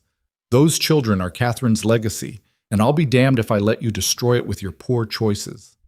Those children are grieving, Clara said. And you're making it worse. Can't you see that? What I see is an opportunist who latched onto a widower and convinced him she was indispensable. But you're not. You're a temporary convenience that will be replaced the moment Rhett finds someone actually worthy. Charles adjusted his jacket. We're staying in town until the judge makes his ruling, and when he sees reason, when he understands what's really happening here, those children will come home with us to Dallas, where they belong. Over my dead body, Rhett said. That can be arranged, Charles smiled. Catherine always said you had more pride than sense. She was right. He and his wife climbed into their carriage and left in a cloud of dust. The silence that followed felt suffocating. Clara's hands were shaking. She pressed them against her skirt, trying to steady herself. What did Morrison ask you? Rhett asked Luke. The boy's face was pale. Everything. About Mama. About Clara. About whether we're happy, whether we feel safe, whether anyone hits us or yells at us or neglects us. He swallowed hard. He asked if I thought Uncle Charles should take us. What did you say? I told him Uncle Charles is a stranger, that he didn't visit when Mama was alive, didn't come to her funeral, didn't check on us once in 6 months. Then he shows up the second he hears gossip and decides we need rescuing. Luke's voice cracked. I told him we don't need rescuing. We need to be left alone to heal. Clara pulled him into a hug. He came willingly, this boy who'd fought so hard against her, now clinging like she was the only solid thing in a tilting world. I also told him you saved Daisy's life, Luke said against her shoulder. That the doctor gave up, but you didn't. That you sat with her for 2 days straight, even though you'd only been here a few weeks and had no reason to care that much. I had every reason to care. I know that now. I just hope Morrison does too. The waiting was agony. Days crawled past with no word from the court.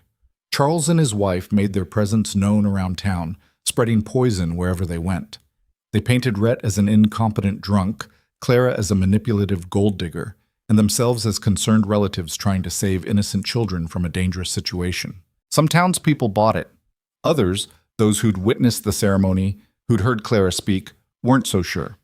The town divided into camps, gossip flying faster than Clara could track. She tried to maintain normalcy for the children. Breakfast every morning, lessons in the afternoon, dinner together as a family. But the tension was wearing on all of them. Daisy had nightmares about being taken away. Samuel barely ate. Even Henry's quiet steadiness cracked, resulting in tears over a broken plate that normally wouldn't have mattered. A week after Morrison's visit, Rhett found Clara in the barn, brushing down the horses with more force than necessary. Hey, he said softly. You're going to wear the hair right off that poor mare. Sorry. Clara set down the brush. I just need to keep moving or I'll go crazy. I know the feeling. He leaned against the stall. I've been thinking about what happens if we lose, if the judge sides with Charles. Don't. We have to consider it, Clara. We need a plan. The plan is we don't lose. Her voice was fierce. We fight, we appeal, we make so much noise they can't ignore us. And if that doesn't work, Charles has money for lawyers. We barely have money for feed. Then we figure something out. She turned on him, months of fear and frustration boiling over. What do you want me to say, Rhett? That we should just give up? Hand over the children we fought so hard to protect? I can't do that. I won't. I'm not asking you to give up. I'm asking you to be realistic. Realistic? You want realistic? Claire's laugh was bitter. Realistically, I'm a barren woman sold at auction for $1. Realistically, I have no legal rights, no money, no power. Realistically, Charles should win because he has everything the law values and we have nothing. She stepped closer. But here's the thing about reality. Sometimes it's wrong. Sometimes the law is wrong. And sometimes you have to fight anyway, even when realistic says you'll lose. Rhett stared at her. Catherine used to say things like that. I know you're not her. You've made that clear. He ran a hand through his hair. But you're both fighters, both stubborn as hell, both willing to burn the world down for the people you love. His voice softened. I'm lucky to have known both of you. The fight drained out of Clara. I'm scared, Rhett. I'm terrified we're going to lose them. Me too. They stood there as the dusty barn, both terrified, both fighting to hold themselves together for the sake of 5 children who depended on them. Whatever happens, Rhett said finally, I want you to know this wasn't a mistake. Bringing you here, marrying you, none of it. Even if it costs you your children? Even then. Because they've had you in their lives these past months. They've had someone who loves them unconditionally, who shows them every day that they matter. Charles can take them to Dallas, but he can't take away what you've given them. Clara nodded, not trusting her voice. The summons came 3 days later. Judge Henderson wanted to meet with all parties in his office the following morning. Clara barely slept that night, running through arguments in her head, preparing for battle. They dressed carefully. Rhett in his best suit, Clara in the blue dress from the ceremony. The children stayed home with Rhett's ranch hand watching over them. This wasn't something they needed to witness. Judge Henderson's office was in the back of the courthouse, a cramped space that smelled like old paper and tobacco. Morrison was already there, along with Charles and his wife. Everyone stood when the judge entered. Henderson was older than Clara expected, maybe 70, with white hair and eyes that looked like they'd seen every kind of human stupidity. He settled behind his desk and reviewed the papers in front of him. I've read Mr. Morrison's report, he said without preamble. I've also received extensive letters from Mr. Whitfield detailing his concerns. And I've heard plenty of gossip from the town, which I'm choosing to ignore because gossip is worthless. He looked up. However, this is a complicated situation that requires careful consideration. Charles leaned forward. Your Honor, if I may, you may not. You'll speak when I ask you to speak. Henderson turned to Morrison. Your report indicated the children were healthy and well cared for. Elaborate on that. Morrison stood. The children showed no signs of abuse or neglect. They were clean, properly fed, appropriately clothed. The home, while modest, was safe and functional. Each child I interviewed expressed affection for both Mr. Grayson and Mrs. Grayson. Mrs. Grayson being the woman Mr. Grayson married just days before your inspection. Convenient timing. The timing was in response to Mr. Whitfield's custody petition, yes, but the relationship appeared genuine. The children, particularly the younger ones, were clearly bonded to her. She's a stranger, Charles interrupted. A woman of questionable character that Rhett purchased like livestock. That's not a stable maternal figure. Mr. Whitfield, Henderson's voice was cold. I warned you. Another interruption and I'll have you removed. Charles shut his mouth, jaw tight. Mrs. Grayson, Henderson turned to Clara. I understand your history, the circumstances of how you came to be at this ranch. I'd like to hear your perspective on why you should be raising children that aren't biologically yours. Clara stood, heart hammering. Your Honor, you're right that these aren't my biological children. I can't have biological children. But in the months I've lived at the Grayson Ranch, I've learned that biology is the smallest part of being a parent. She paused, gathering her thoughts. When Daisy got scarlet fever, the doctor said she'd probably die. I sat with her for 2 days straight, fighting for every breath, refusing to let her slip away. Not because I gave birth to her, but because she mattered to me. Because somewhere between cleaning her cuts and braiding her hair and reading her bedtime stories, she became mine. Oui, ça mo péjate. Emotional attachment doesn't qualify someone as a parent, Charles said. Henderson glared at him. That's your second warning, Clara continued. I'm not trying to replace Catherine Grayson. I can't. She was their mother, she loved them, and they'll grieve her for the rest of their lives. I'm just trying to be what they need now.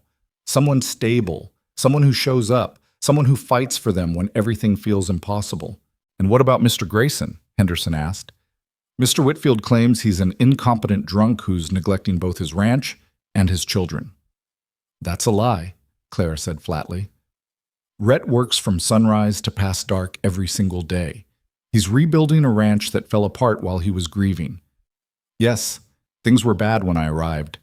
The house was a mess, the kids were struggling, everything felt broken. But that's what grief does. It doesn't make someone a bad parent. It makes them human.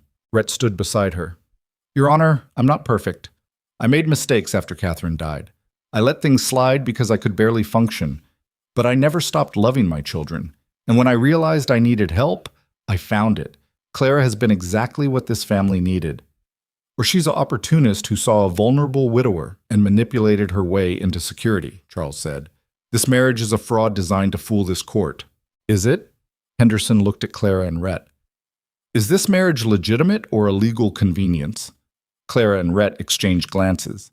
They'd discussed this, prepared for it, but standing here under scrutiny, the truth felt complicated. It started as a convenience, Rhett admitted.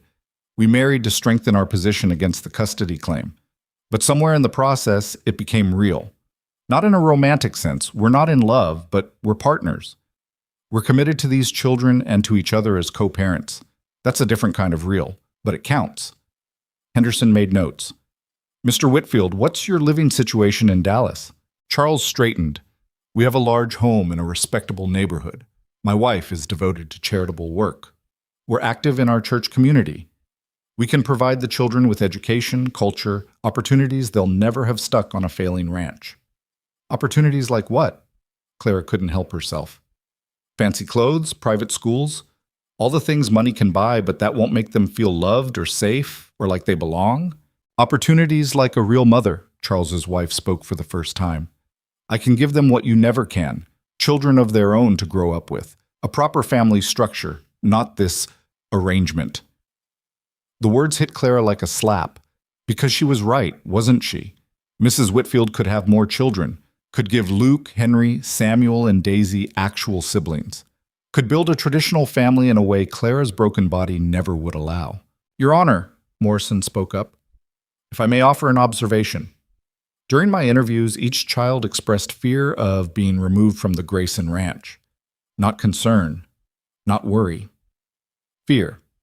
The youngest child, Daisy, has nightmares about it. The oldest, Luke, became physically ill discussing the possibility. These children have already lost their mother. Removing them from their father and the woman they've accepted as a maternal figure would constitute additional trauma. They'll adjust, Charles said. Children are resilient. Or they'll be traumatized further by being torn from the only stability they've known. Henderson closed the folder. I need time to deliberate. This court is adjourned for 1 hour. The wait was torture. They sat on a bench outside the office while Charles and his wife disappeared into the courthouse. Clara's hands wouldn't stop shaking. Whatever happens, Rhett started. Don't say goodbye, not yet. He took her hand instead, holding tight. When Henderson called them back, his expression revealed nothing.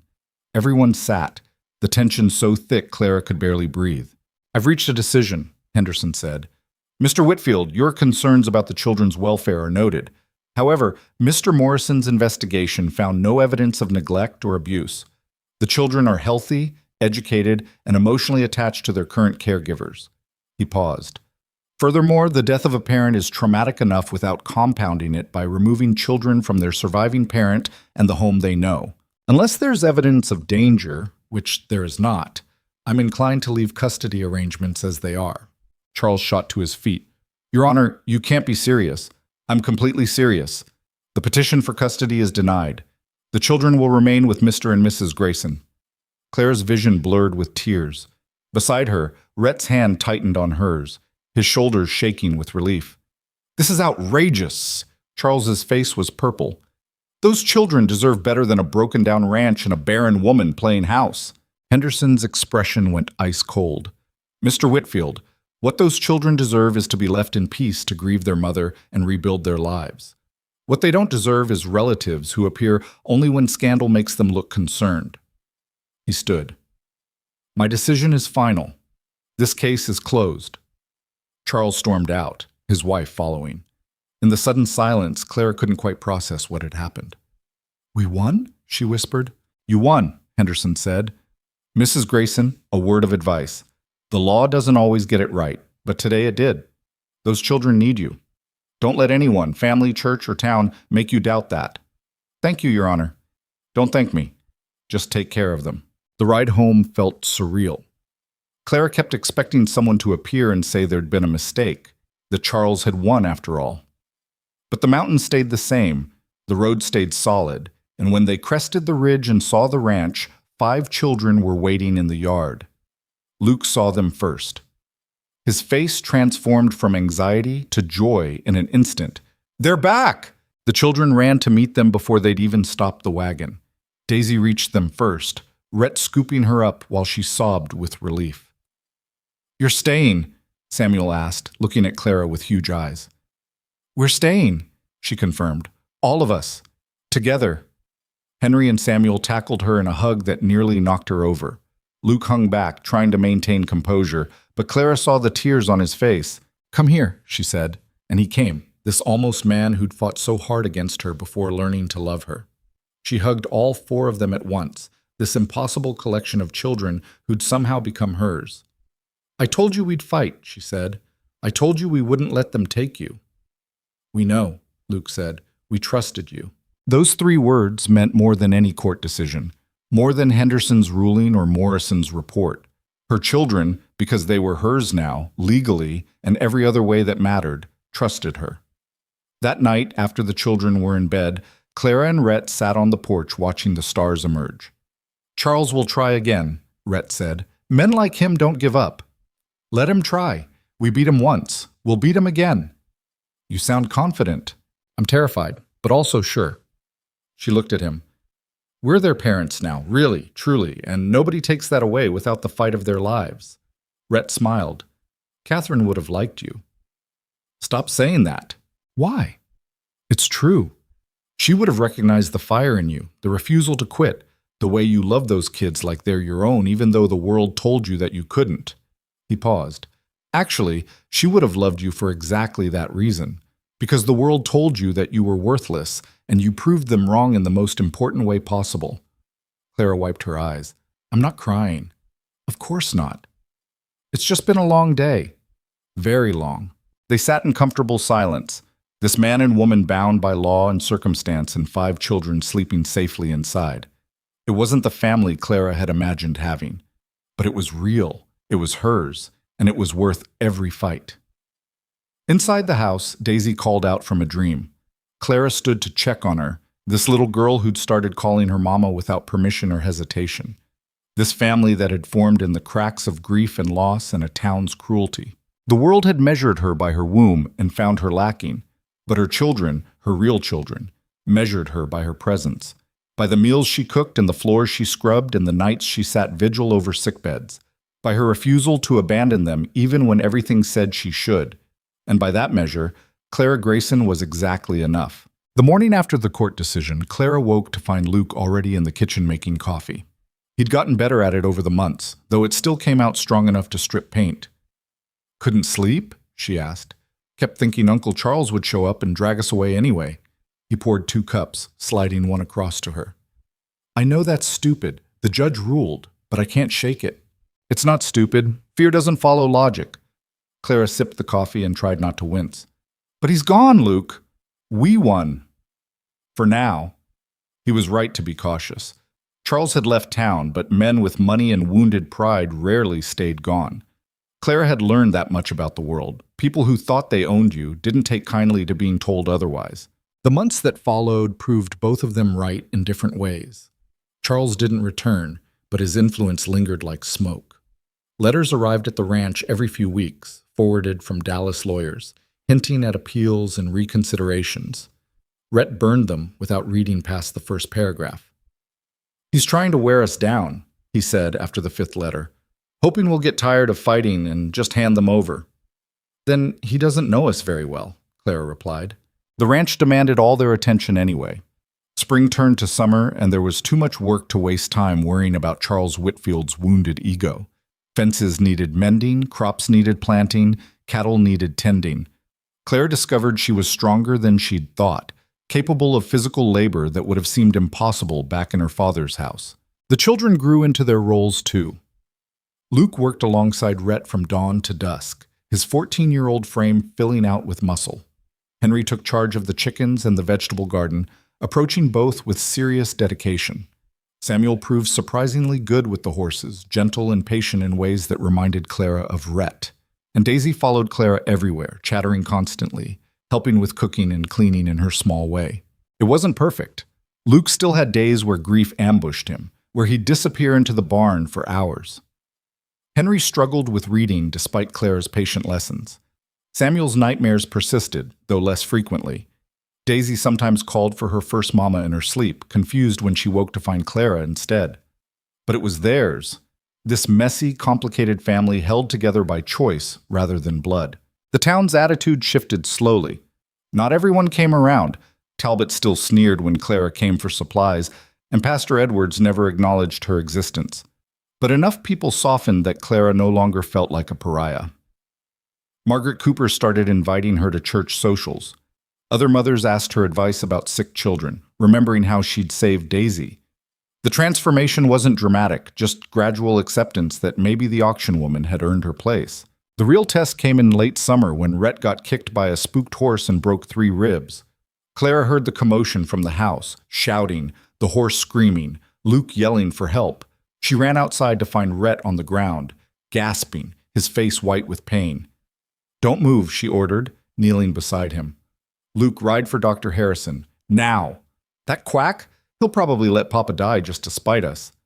He's still the only doctor. Go! Luke went. Clara stayed with Rhett, helping him breathe through the pain, checking for other injuries. His ribs were definitely broken. She could feel the unnatural shift when she pressed gently on his side. Possibly internal bleeding too, though there was no way to know without proper examination. Dr. Harrison arrived an hour later, looking annoyed at being summoned to the Grayson Ranch. But he examined Rhett professionally enough, confirming the broken ribs and prescribing rest. Keep him in bed for at least 2 weeks, Harrison said, packing his bag. No heavy lifting, no ranch work. The ribs need time to heal or they could puncture a lung. 2 weeks? Rhett tried to sit up and immediately regretted it. I can't. You can and you will, Clara said firmly. We'll manage. Harrison looked at her skeptically. You understand what that means? Running this ranch alone?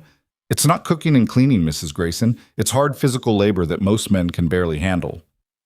Then I guess I'll have to be tougher than most men. After he left, Clara surveyed her new reality. The ranch didn't stop needing attention just because Rhett was injured. Cattle still needed feeding, fences still needed mending. The harvest was coming, and they couldn't afford to lose crops. She gathered the children that evening and laid out the situation. Your father needs to heal. That means the 5 of us are running this ranch for the next 2 weeks. It's going to be hard. We're all going to have to do more than we're used to, but we can do this. I can handle the cattle, Luke said immediately, and the heavy fence work. I'll double my garden work, Henry offered. Make sure we have enough vegetables put by for winter. I can help Luke with the cattle, Samuel added. I know I'm small, but I'm not useless. And I can do all the cooking, Daisy announced. Mama taught me how to make stew. Clara looked at these 4 children, her children, stepping up without complaint. Then let's get to work. Those 2 weeks nearly broke her. Clara was up before dawn and working past midnight doing the work of 3 people. Her hands blistered, her back ached constantly, and exhaustion became her permanent state. But the ranch kept functioning. The cattle got fed, the fences got mended, the crops got harvested. The children worked just as hard. Luke pushed himself to the point of collapse more than once. Henry's hands were covered in dirt and small cuts from the garden. Samuel fell asleep at the dinner table 3 nights in a row. Even Daisy, at 5 years old, contributed what she could. Rhett watched from his bed, frustrated and guilty. You're killing yourselves, he said one night when Clara brought him dinner. We're surviving. There's a difference. She set the tray on his lap. Eat. You need strength to heal. Clara, you can't keep this pace up. You'll collapse. Not until the work is done. Why are you doing this? You could have walked away months ago, found somewhere easier, someone who could actually take care of you instead of the other way around. She sat on the edge of the bed, too tired to stand. You really don't understand, do you? This isn't obligation, Rhett. This is family.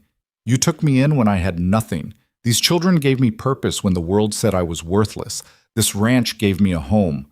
So yeah, I'm going to work myself to the bone to keep it running. That's what you do for the people you love. His hand found hers. I don't deserve you.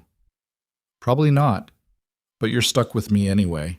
By the end of 2 weeks, the ranch was still standing, and Rhett was healed enough to take back the heavy work. But something had shifted. The children had discovered their own strength, and Clara had proven to herself and to anyone watching that she was more than the sum of her biological limitations. Fall arrived with the first frost, and with it, unexpected news. Margaret Cooper came to the ranch one afternoon, wringing her hands nervously. I probably shouldn't tell you this, she said, but I heard something in town that you ought to know. Charles Whitfield is coming back. Clara's stomach dropped. When? Next week. He's bringing a new lawyer from Dallas. Apparently he's found some legal loophole to reopen the custody case. After Margaret left, Clara told Rhett. His face went hard.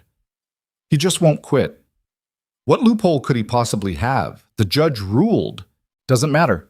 He has money to hire lawyers who can find or create loopholes. We need to be ready. They prepared like they were going to war. Rhett contacted Morrison, asking him to document the ranch's current state. Clara made sure the house was spotless, the children well-groomed and educated. Luke started a journal detailing daily life on the ranch, creating evidence of a functional, loving household. But when Charles arrived the following Tuesday, he didn't bring lawyers. He brought his wife, and they both looked different. Tired. Older, somehow. We need to talk, Charles said. No hostility this time, just weariness. They sat in the main room while the children stayed upstairs. Charles's wife, Eleanor, looked around with careful attention, noting the clean floors, the mended curtains, the small improvements everywhere. The place looks better, Charles admitted. When I was here in spring, it was falling apart. We've been working on it, Rhett said carefully. What do you want, Charles? The man was quiet for a long moment. I want to apologize. Clara blinked. What? I was wrong. About you, about this situation, about what the children needed. He looked at his hands. Eleanor and I spent the last few months trying to have a child. We thought if we could give Catherine's children siblings, it would prove we were the better choice. But Eleanor miscarried, twice. Eleanor's eyes were red. The second time nearly killed me. I was in bed for weeks and all I could think about was how Catherine died, how fragile life is, how those children have already lost so much. I was so angry when Catherine married you, Charles continued, looking at Rhett. You were a poor rancher with no prospects, and she was brilliant, educated, could have married anyone. I thought you'd ruined her life. Then when she died, I blamed you for that too, for bringing her to this hard place where good medical care wasn't available. I blamed myself for that, Rhett said quietly. I know. I can see that now. Charles stood and walked to the window. When I heard you'd bought a woman at auction, I thought it proved everything I'd believed about you. That you were careless with people, especially women. That you'd treat this Clara the same way you supposedly treated Catherine, like property. But that's not what happened, Eleanor said, looking at Clara. We asked around town, really asked, not just listened to gossip, and everyone who actually knows you says the same thing. You work harder than any woman they've seen. You saved that little girl's life. You fight for those children like they're your own. Clara didn't know what to say. We came back planning to restart the custody fight, Charles admitted. But on the way here, we stopped in town and saw Luke working at the feed store to earn money for winter supplies. He saw us and could have run, could have hidden. Instead, he walked up and asked if we were here to take his family away again. What did you tell him? Clara asked. I didn't get a chance to answer. He said, Charles's voice cracked. He said that you and Rhett had given him his life back, that after Catherine died, he wanted to die too. But you showed him that broken families can heal if people don't give up on them. The room was silent except for the ticking clock. He's 14 years old, Charles continued, and he sounds like a man, a good man, the kind Catherine would be proud of. He turned to face them. You did that, both of you. You took 5 broken children and helped them become whole again. They're not whole, Clara said. They're still grieving. They probably always will be. But they're loved and safe, and that's more than Eleanor and I could give them. He reached into his jacket and pulled out papers. I'm withdrawing the custody petition, permanently. Those children belong here, with you. Rhett stood slowly. Why? What changed? I stopped being so angry that I couldn't see clearly, and I started actually listening. Charles held out the papers. Catherine loved you, Rhett. I saw it even when I didn't want to admit it. And she'd love Clara too, for what she's done for your children. Our children. He corrected himself. Your children. I'm sorry for trying to take them. Eleanor stood too. We'd like to visit sometimes, if that's allowed. Not to interfere, just to be part of their lives. They're the last piece of Catherine we have. Clara looked at Rhett, who nodded slightly. You're welcome to visit, Clara said. As family, not as threats. Thank you. Eleanor wiped her eyes. And I'm sorry for everything I said about you, about your condition. I understand now. Biology doesn't make you a mother. Love does. After they left, Clara sat in stunned silence while Rhett read through the papers. They were real, legal, permanent. Charles had not only withdrawn his petition, but had signed documents stating he'd never challenge their custody again. We really won, Clara whispered. We really won.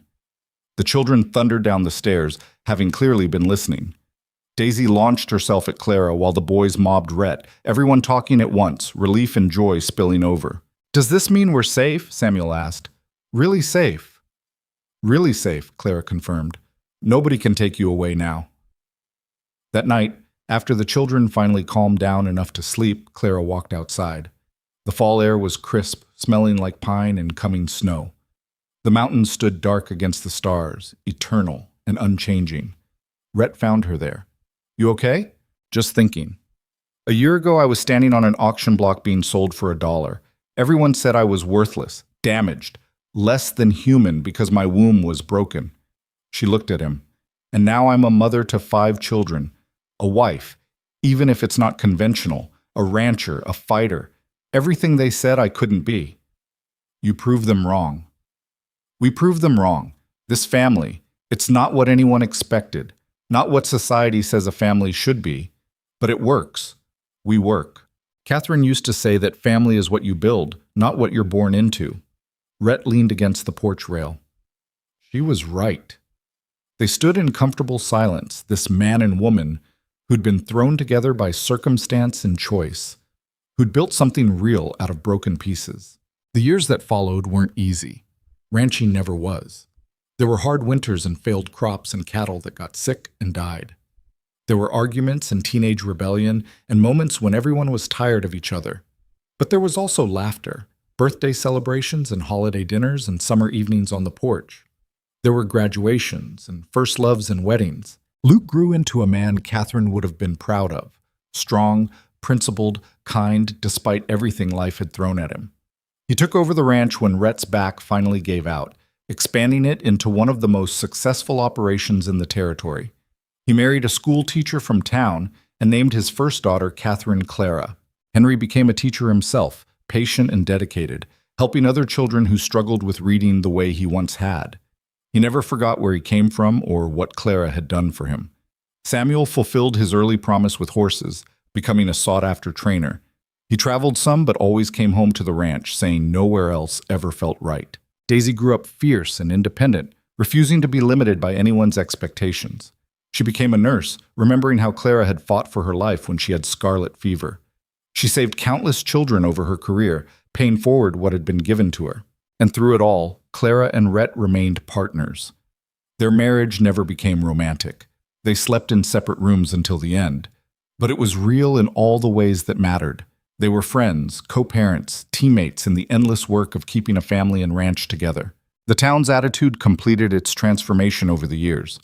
The woman they'd once sold for $1 became respected, even admired. When people spoke of Clara Grayson, it was with a certain awe. The barren woman who'd become mother to 5 and proved that biology was the least important part of parenting. Margaret Cooper apologized properly one day, years after the fact.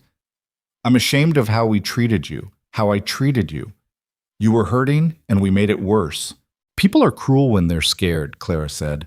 And I represented something scary, proof that the rules they lived by were wrong, that a woman could be valuable without a womb, that family could exist outside traditional bounds, that love mattered more than biology. You changed this town's mind about a lot of things. I didn't set out to change anyone's mind.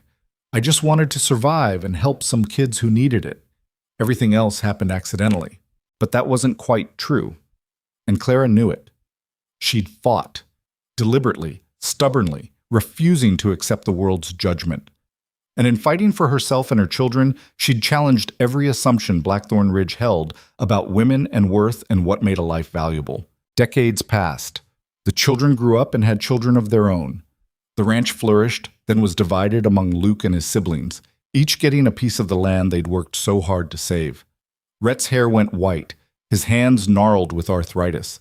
Clara's face lined with age, her body wearing out from years of hard work. They were sitting in the garden one late summer afternoon, both in their 70s, watching grandchildren play in the yard. The garden had been Clara's project, started that first year and expanded gradually until it was the pride of the ranch. People said nothing should grow in this harsh mountain soil, but Clara had proven them wrong about that too. "Remember when you bought me for $1? Clara asked. Rhett laughed. "Best dollar I ever spent. You overpaid. Drastically. I should have demanded change." She swatted his arm playfully. "I was thinking about that day. How terrified I was. How certain I was that my life was over. And now? Now I think maybe it was just beginning. Everything before, my father's house, the doctor's examination, the auction, that was someone else's story about who I was supposed to be. What happened after was my story, the one I chose." "We chose," Rhett corrected. "This was never just your story, Clara. It was ours, the whole messy, complicated family's." Luke approached, now a father of 3 himself, successful and confident. "Mama, Papa, dinner's almost ready. You coming in?" Clara stood slowly, joints protesting. "We're coming."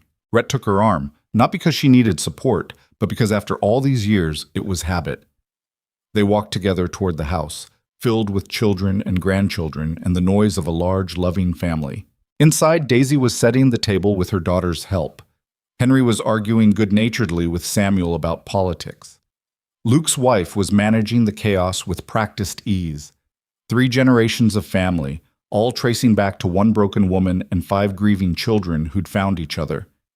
During dinner, one of the grandchildren, Luke's youngest, barely 6, asked Clara a question.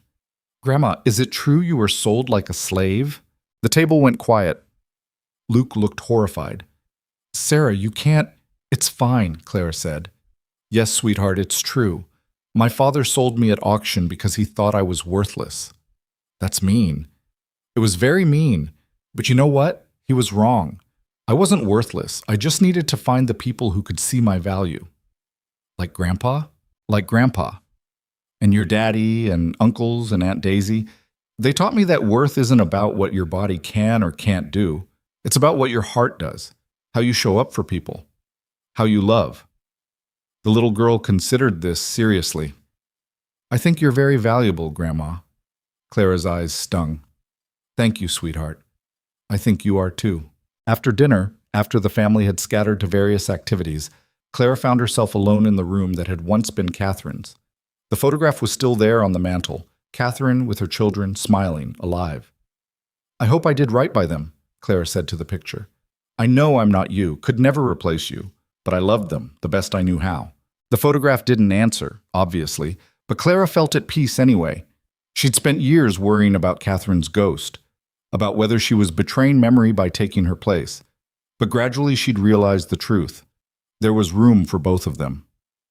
Catherine was the children's first mother, the one who gave them life and early love. Clara was their second mother, the one who helped them survive after that life shattered. Both were real. Both mattered. She heard footsteps and turned to find Rhett in the doorway. "Talking to my first wife?" "Just thanking her for the children, for you, for this life." He came to stand beside her, both of them looking at Catherine's frozen smile. "You know what I think she'd say if she could." "What?" "Thank you for taking care of my family when I couldn't, for loving my children when they needed it most, for proving that love is bigger than biology or convention or any rule society makes up. He took Clara's hand. She'd say you were exactly what they needed, what I needed. Clara leaned against him, this man who'd saved her by accident and loved her deliberately. We did good, didn't we? With the kids, the ranch, all of it? We did better than good. We built something that'll last long after we're gone. And he was right.